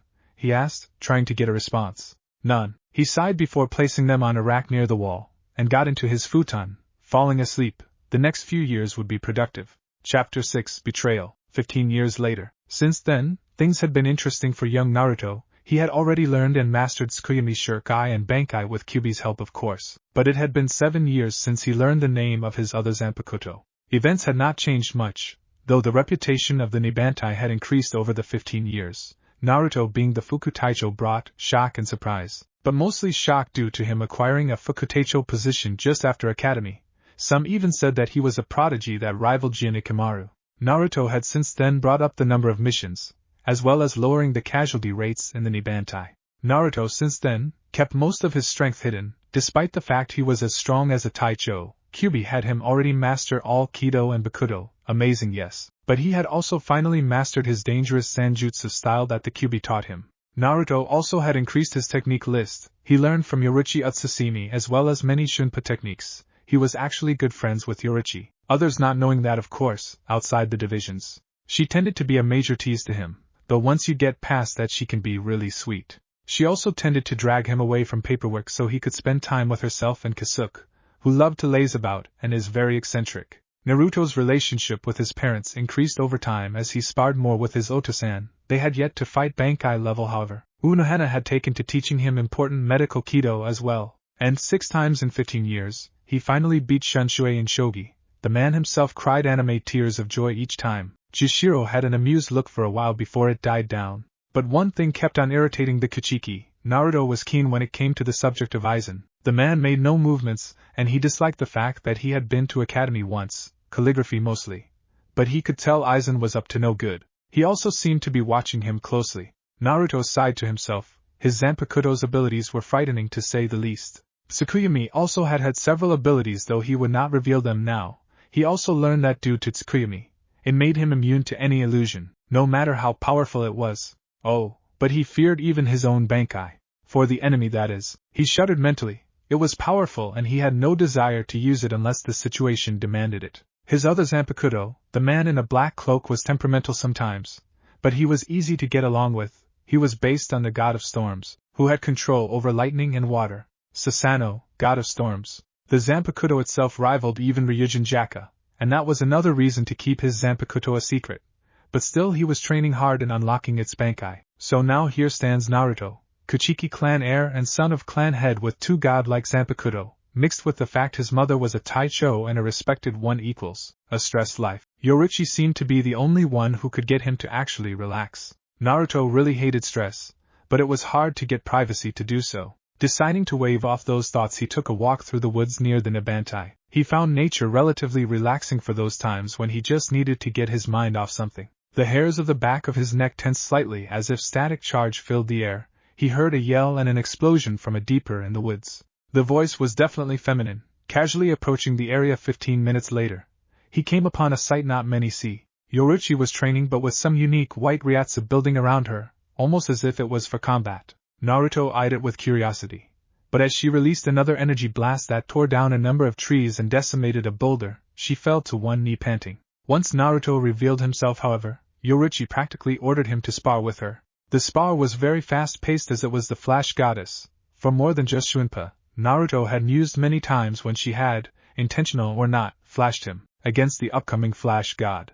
Yoruichi obviously defeated him though, as she had leagues of experience over him. Naruto had however put up a very good fight, and as such Yoruichi was feeling a bit tired. Naruto was sitting down against a tree with his head arched down as he fell asleep. Despite being a powerful clan heir, he can be lazy when not on duty from time to time. She looked at his peaceful face before a thought crossed her mind. She walked up him and sat between his legs and leaned into him and fell asleep while thinking, I'll be up and gone before he can question me. However, she had underestimated how tired she was. Paperwork and a very good spar can do that to you. She had fallen asleep and unconsciously snuggled into Naruto, and had wrapped his arm around her abdomen in a slightly protective manner while he slept. Several hours later, Byakuya and Unohana searched for their son as they had not seen him since that morning and opted to find him at the Nibantai HQ, sensing his ryatsu. It was odd to the two that it was calm and more relaxed, but it was usually prepared and cool for the situation. Coming onto the clearing, they met a very interesting sight. Naruto woke up about an hour ago and hadn't moved, not really known what to do either, since while he was inwardly happy that his Taicho was the relaxed around him, he was also caught off guard by this behavior. She wouldn't let him go, and she looked so beautiful and peaceful while she slept. He felt it would be a sin to disturb her at the moment, though in his mindscape, Kyubi was laughing his ass off in his head. Susanoo did the same while Tsukuyumi just smiled. Okami GKI. You lucky son of a bitch, he yelled. Kyubi grinned widely. You finally found someone for yourself. Susanoo laughed heartily, not to mention she's hot. Dude, you are one lucky bastard. Smash. Bang. 2 sounds of womanly punches hit the two in the back of the head, sending the demon lord and Zanpakuto spirit to the ground with a single lump on their heads, and steam rose from the spot. Watch it, perverts. She yelled. It's a cute scene that shouldn't be disturbed. Tsukuyumi turned her attention to Naruto. In his mind, I'll watch over the bakas here. She glared at them out of the corner of her eyes. You enjoy yourself now, she said, a bit too sweetly for comfort. Naruto held back a sigh. He was grateful for Tsukuyumi or Susanoo, and Kyubi would be driving him insane by now. He sighed. Look at her sleeping face. A smile crossed his face seeing how serene she was. His parents walked into the area and he smiled softly at them. Yoruichi, sensing the new arrivals, woke up and looked around and noticed Naruto just lounging about while she was snuggled up to him and clinging to him while his parents were in the clearing. What's going on? She asked. Naruto glanced at her. I had fallen asleep against the tree and you apparently thought to sleep against me. You looked so peaceful and so I didn't wake you up. Yoruichi nodded slightly with a small thank you, and left the clearing in a shunpa. She then returned a second later, gave him a quick peck on the cheek and disappeared again. Naruto was frozen in shock for a bit. Quite dedicated, aren't you, Sochi? Unohana stated. I have no idea what you are talking about. Naruto replied. You know, she would make a good match for you. Unohana teased. Naruto's face gained a faint blush before quickly leaving in a shunpa. Unohana gave a light-hearted laugh while Byakuya's eyes shined in amusement. 10:36 p.m., Nibantai HQ outskirts. Naruto sat atop a large tree, looking at the moon. Silence was one of the things he loved in the Saratai. Hey kid, what ya doin'? Naruto heard Kyubi in his head. Hey sensei, need anything? He asked. His tone was one of distracted thoughts. Kyubi sighed, still thinking about Yorichi? He asked. No response. Silence is all I need, Kid Kyubi stated simply. He dealt with things like this when it came to the feelings of others. Fine, I admit you know me more than I know myself. Happy? He snapped mentally. Kyubi found this surprising. Naruto never snapped, not since he left Konoha. I never said that, Kyubi pointed out. In my professional opinion, just wait patiently for Yorichi to open up more to you. If what she did today is any indication, she might have begun to develop feelings towards you over these past 15 years. What do you suggest I do? Confront her about it? Naruto asked. The Kyubi gave a mental shrug. It couldn't hurt to confront her about it, and see how she feels. I know that you are attracted to her, from her personality, to her looks. Admit it, you love just about everything about her. You two share so much personal information with each other it isn't even funny. Just talk to her and take it slow. Thank you? His response was a no problem followed by a yawn. Naruto noticed somebody sitting on a roof a couple blocks down, and with his enhanced vision due to the Sharingan, he could see that it is Yorichi, and she looked conflicted. He shunpoed over to her before sitting down next to her. Something bothering you, Taicho? He asked her. She sighed slightly. I don't know what came over me to do that, she stated. Naruto nodded slightly. Knowing what she was talking about, I was indeed surprised, but it was a welcome surprise. Her eyes widened slightly. You mean, you were okay with that? As weird as it may seem coming from me, I had been hoping for some form of affection from you. Really? She asked. Naruto nodded as they stared into each other's eyes. Their faces inched closer before Yorichi suddenly pulled back. Take it slow? She suggested. Take it slow. Naruto agreed. Yorichi then brought up a topic that had been one of the reasons she was deep in thought. Naruto-kun, I feel I should let you know that you will be working with a new division soon. An offer came up, one that is very beneficial. You will be working with the Black Ops division.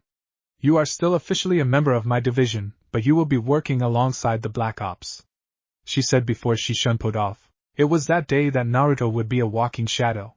He now lived in the darkness, as one of the few Black Ops agents in all of Soul Society. Only those who have the potential of or the power of a Taicho are let into the division. This is where Naruto spent many of the next 100 years, and where he rose to the rank of commander of the Black Ops division. In this time he became cold to everyone, well, almost everyone. His parents, godfathers along with Kasuke and of course, Yorichi were spared from his now cold attitude towards almost everything. Naruto ran towards a site with many other Shinigami where more souls have gone missing, and what he found when he got there was definitely not good. Some of the Taicho and Fuku Taicho were undergoing some type of holification. They fought long and hard, but eventually Naruto and the others were able to subdue them and bring them in. When the verdict was given, Naruto did his best to focus on happier times. Flashback. The sounds of metal and Kido blasts resounded throughout the Kachiki clan compound's training area.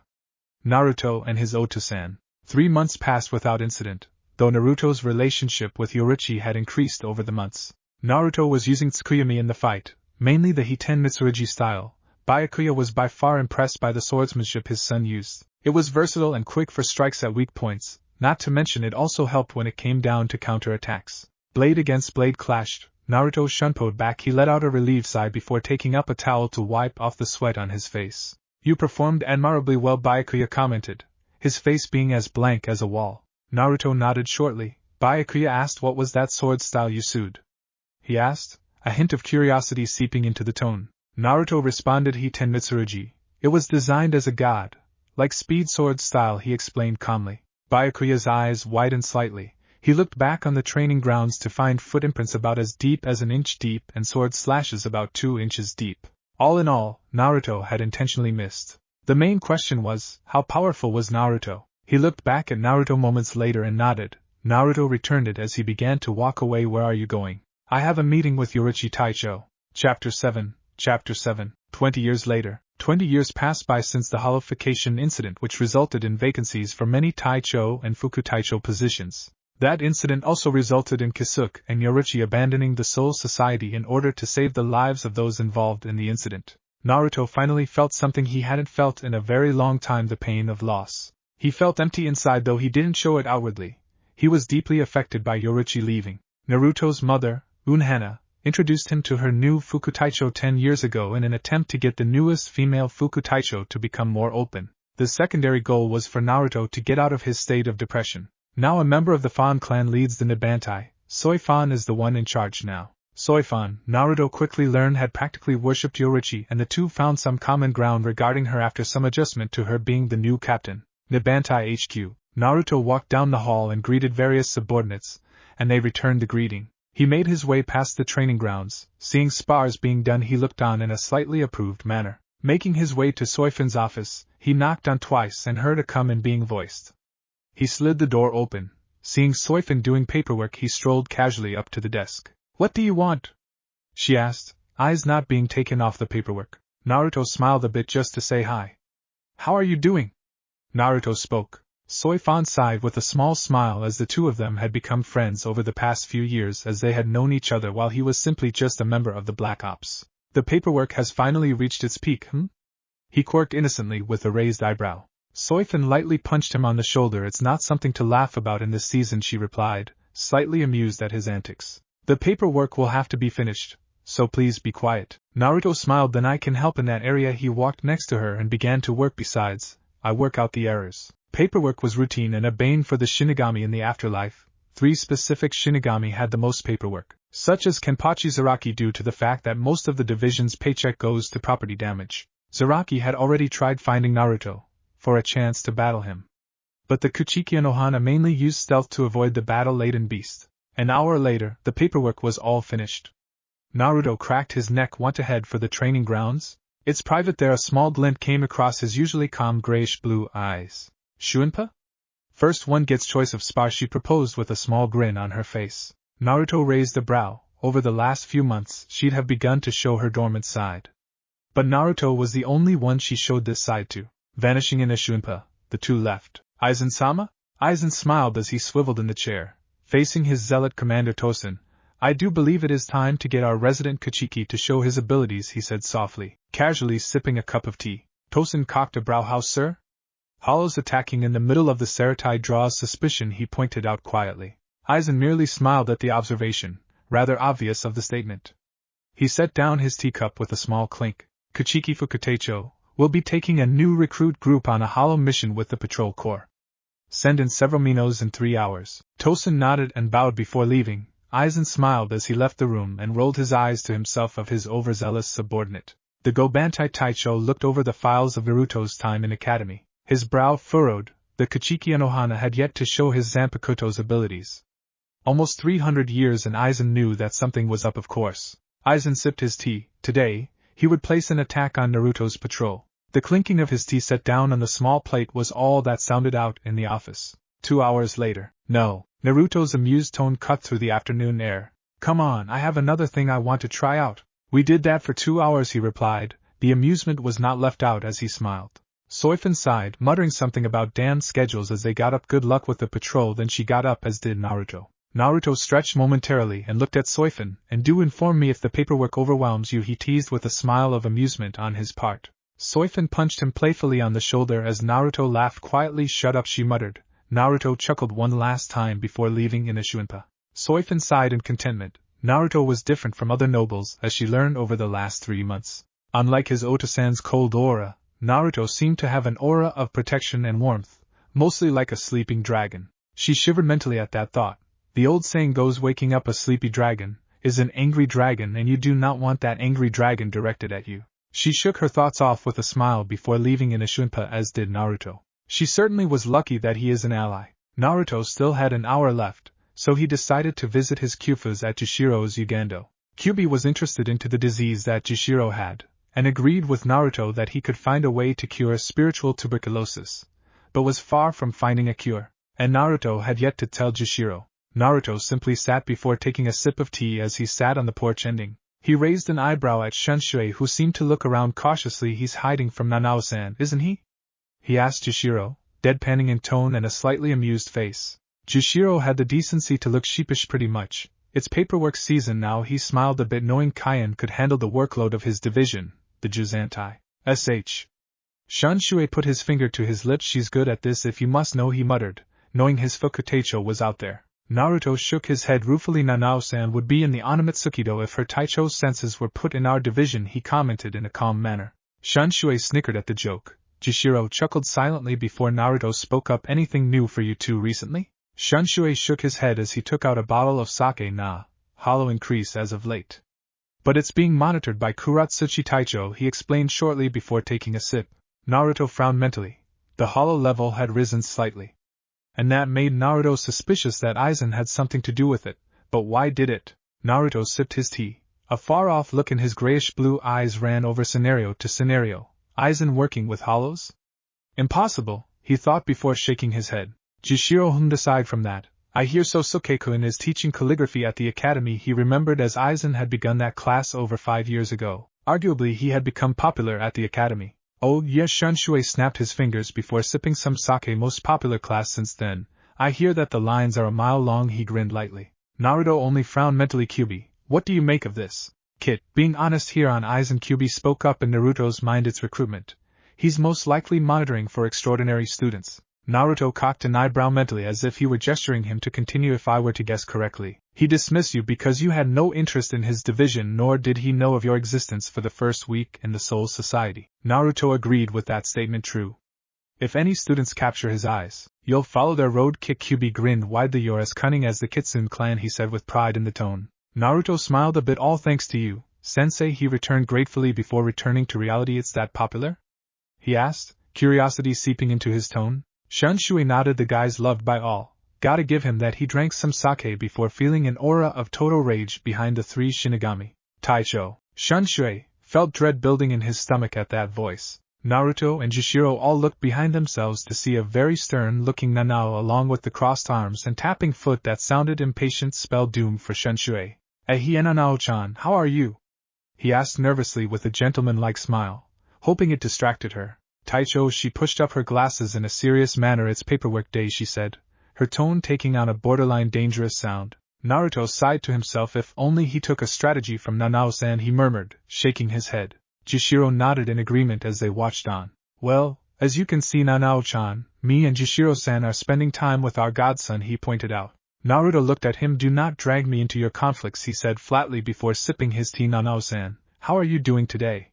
He inquired politely. Nanao stopped her aura of doom and looked at Naruto. I am well, Kuchiki-san, she bowed slightly before straightening. Naruto nodded at the greeting. I'd better get going. I have patrol corps in half an hour. He gave a smile to Jishiro and a sympathetic look to Shunshui as he handed his empty tea cup to Jishiro and left in a shuinpa. Shunshui chuckled nervously before Nanao grabbed his ear and yanked him up painfully. Ow, Nanao-chan, bam. She hit him over the head with her book. My apologies to you and Kuchiki-san. But he'd been avoiding me all day, she explained to Jishiro, who just nodded. Not a problem. You have a nice day yourself, Nanao-san, he said kindly as if he had dealt with this situation before. Nanao grinned lightly in an enjoying manner, and dragged the now unconscious Shunshui out of the Ugando. Jishiro coughed lightly before clearing his throat and watched the cloudless blue sky. With Naruto, 2 hours later, Naruto looked over the vast canyon area of Hueco Mundo. Sure, it was on the very outskirts, but nonetheless he had to be cautious. Naruto's eyes scanned the area. Something was off today, he mused to himself as he directed squads of Shinigami to specific areas. He glanced at the sky and the area around him. It didn't feel right with Naruto today. Fukutecho. Naruto turned to face the Onamitsukido member. He gave a nod to continue. We've set the squads up. Are we cleared to move forward? Naruto inwardly felt some feeling. He took a bare glance at the valley and nodded to the Shinigami member, who gave a salute before leaving in a shuinpa. Naruto put on his headset and listened for the squads, onto their conversations. Man, what a bore, no hollows. Naruto cocked a brow in curiosity as he felt the wind sway his high ponytail. No hollows? Now he had to be on guard. Watch it. Don't jinx us, you fool. Another squad member said. It's too quiet, and I don't like that. Calm down. One patrol this close to Hueco Mundo and things go bad. Naruto heard the walking continue until his senses picked up one Shinigami stopping. What is it? Fukutecho isn't gonna like it if we slack off. Two just felt as if wind passed me, he replied sheepishly, continuing the patrol. Naruto frowned. He stopped and felt wind. Hollows are not able to hide themselves, nor their Ryatsu. He sensed the hesitation, or nervousness in the tone of one of his squad members. Something was out there. A scream broke through the microphone minutes later. What the hell? How the FK did a big hollow get this close? Slashing and metal grinding was heard. I don't know, a voice stopped. Holy shit. We have more incoming. Naruto heard the squad members before a slicing through flesh happened and a pained scream came through. Naruto didn't panic. He narrowed his eyes and tossed the headset behind him to Omiyata FanFiction. He caught the headphones and stumbled a bit. I'm going in, Naruto stated calmly. This will require thorough investigation, he thought to himself. He glanced embarrassed to Omiyata as he took out portable headsets, as he slipped an earphone into his right ear to listen to their progress, and leaped off the cliff edge, before vanishing in a shunpa. Reappearing several miles off, he jumped from cliff to cliff and spotted the surrounding team. He had sent out teams of 5 and sensed only 3 Ryatsu signatures. Over the horizon he snapped his finger and sent 3 Heido no Rokujusen, Soren Sokatsui, Way of Destruction 63, Twin Lotus Blue Fire, crashed down, as he cleared the wall and tore through 3 hollows, saving one of the Shinigami. Fukutecho, Naruto Fukutecho. Naruto lingered momentarily on the squad. Get the wounded out of here. He ordered loud enough for them to hear. One by one they left with Naruto unsheathing Susanoo. Disappearing in a shunpa, several big hollows were dead before they even hit the ground. Jinai Simura grinned to himself. Good for Nibantai Fukutecho. He looked at Tosen, who remained stoic. What do you think of him? Tosen remained silent for a moment, confusing. He replied softly. Jin cocked a brow, interested. What do you mean? His Ryatsu is off, Tosen explained. It seems as if I cannot get an appropriate power reading, he could tell by seeing Ryatsu. Jin opened his eyes slightly, revealing crimson-colored orbs. Really? Now he looked on, curious of the Kichiki's potential. Naruto had sensed the impressively suppressed Ryatsu levels and recognized who the 2 signatures were despite the hollows not around them. Jinikimaru and Tosen can aim. So sent your flunkies to watch me then, any Aizen? He thought mentally while dodging an energy blast from a large hollow's mouth. Heido no Yan Byakurai, Way of Destruction 4, Pale White Lightning. Naruto swiftly dodged a hollow's swipe which destroyed part of the canyon wall. The Kichiki pointed at the hollow who did the damage, and a blast of white jagged lightning pierced the mask and the hollow disintegrated moments later. Naruto then heard something that was unexpected. Minos' tore through holes in dimensions, 3 of them to be precise. Knowing that the blame would rest on the fight earlier, Minos' would be discarded as it merely being an accident due to the Ryatsu released in the earlier fight. Naruto swore mentally. With a sigh prepared a higher level Kido. A snap and a Heido no Rokujusen, Raihoko, Way of Destruction 63, Thunder Roar Cannon, was sent at the first Minos and disintegrated after the spell blew off its head. Naruto saw more hollows forming at the feet of the Minoses and nearly groaned, but instead his left eyebrow twitched. Sensei, we have the enemy watching. Any tips? Kyubi sighed. It was a last resort at this point. Shirkai Kid will use the attention on us to any advantage at this point. Naruto agreed, but hesitated in using Susanoo's Shirkai Kid. Just let me loose. This will keep Aizen's suspicion off of us for at least a while. That one convinced Naruto as he held Susanoo in front of him. Aizen would hold on to his suspicion that Naruto knew about the Gobantai Taicho and his cohorts, as long as he kept to himself. Tosen noticed a slight rise in Naruto's Ryatsu. His Shirkai. Tosen murmured. Catching Jin's attention, he's releasing his Zanpakuto. Jin nodded and paid attention to Naruto as he murmured Tsutomu's Sashite Gakido Zie Unabara, Anari of Sono Tentos, Susanoo, Storm and Rage the Sea, Roar to the Heavens, God of Storms. The sky darkened on the horizon. The squad members at least 4 clicks away looked on in shock as thunder clouds formed as they felt an ominous pressure in the air. Omiyata gulped. What is that? The Fukutecho's releasing his Zanpakuto. One Onimitsukido member whispered as the pressure increased to a mid-Fukutecho level. Omiyata looked shocked, but said nothing to comment as all of the Nibantai respected Naruto. Any bad-mouthing from Omiyata, and he was quickly shut up by anyone in the division. A flare of Ryatsu indicated that the transformation of Naruto's Zanpakuto took place. Jin grinned. Ohaha, lightning Zanpakuto. Most interesting, Tosen commented softly. Back with Naruto, Susanoo was arching with black electricity and a black tassel that seemed to pulse every few seconds or so. Naruto twirled the blade at a high speed, making it look like a black disc. Naruto rammed the blade into the ground, creating spider cracks. Rain no Hanti, Rain of Judgment. Almost a second later, black lightning struck right in front of the hollow group, decimating them in a thunderous explosion. A smoking crater was left as each hollow was taken down by blasts of lightning. Rain no Hanti allowed Naruto to generate electricity in the atmosphere, thus giving him the ability to mentally control where each lightning strike would hit. It was just one of 3 abilities that he could use for lightning. All the hollows were decimated, nothing but smoke and ash left as they all disappeared into spirit particles. Only the Minos was left as it fired a deafening zero at Naruto, who quickly took up Susanoo and murmured Tate no Gyogia, Shield of Water. The zero connected with Naruto, getting shocked looks from the squad members. Omiyata thought the Kichiki would survive as the dust cloud was thrown over the area. Too bad the show ended, Jin commented cheerily. ending with a pout. No, Tosin murmured, slightly shocked. The dust cleared, seeing a pillar of water blocking the Zero. It was a defensive technique, as Susanoo's lighting capabilities were for attacking. It depended on how powerful the attack was that an approximate level of Ryatsu was needed to defend against the attack. The water was strengthened with Naruto's own Ryatsu. He otherwise had a few singes on the edges of his shikishu and a light cut on his left cheek, but not much else. Then Susanoo appeared to now have a blue tassel, signifying that water was being used before it resorted to black once again. Naruto swung downwards, making the water sink into the ground. Naruto raised Susanoo as black lightning cackled on the blade. He increased his own Ryatsu in the blade, causing lightning to arch off the blade. He swung downwards. Just before it connected with the ground, the Kuchiki murmured Amatsu Yaiba, heavenly blade. A blast of black, condensed lightning was shot at the Minos at earth-shattering speed as it clearly sliced through the Minos in half. Naruto faked panting. Truth to tell, he trained with Kyuubi in controlling this technique, as lightning was the ultimate blade to use, much to Kakashi's Raikiri. The panting, however, was faked, as if he was misleading Jin and Tosin on how strong he was with his Shirkai abilities. Another fact was that was only half the power of his techniques. He liked keeping his secrets close. Naruto watched as the Minos disintegrated into spiritual particles. He deactivated the Shirkai of Susanoo and sheathed it the next second. He sensed Tosin and Jin gone, but decided focusing on his division members first. Naruto had Kyuubi hold back some Ryatsu reserves, as he did not want the full power of his Shirkai revealed. He checked with casualties and found that they only had 10 injured members as well as 3 Kias killed in action. Naruto sighed inwardly. Aizen didn't seem to care about casualties that happened in the ranks. That only confirmed one trait about the man that Naruto figured out today. He had no morals, nor problems with killing another member of the Gotaiju Zantai, as long as his plans were completed. Kyuubi concurred with the young Kuchiki's thoughts. Naruto looked to the sky just as some light broke through the clouds, shining onto him as he looked over the area where Jin and Tosin monitored him. Today, it began for Naruto Kuchiki Anohana, the greatest chess match between the greatest manipulator of time and a noble Jinchuriki.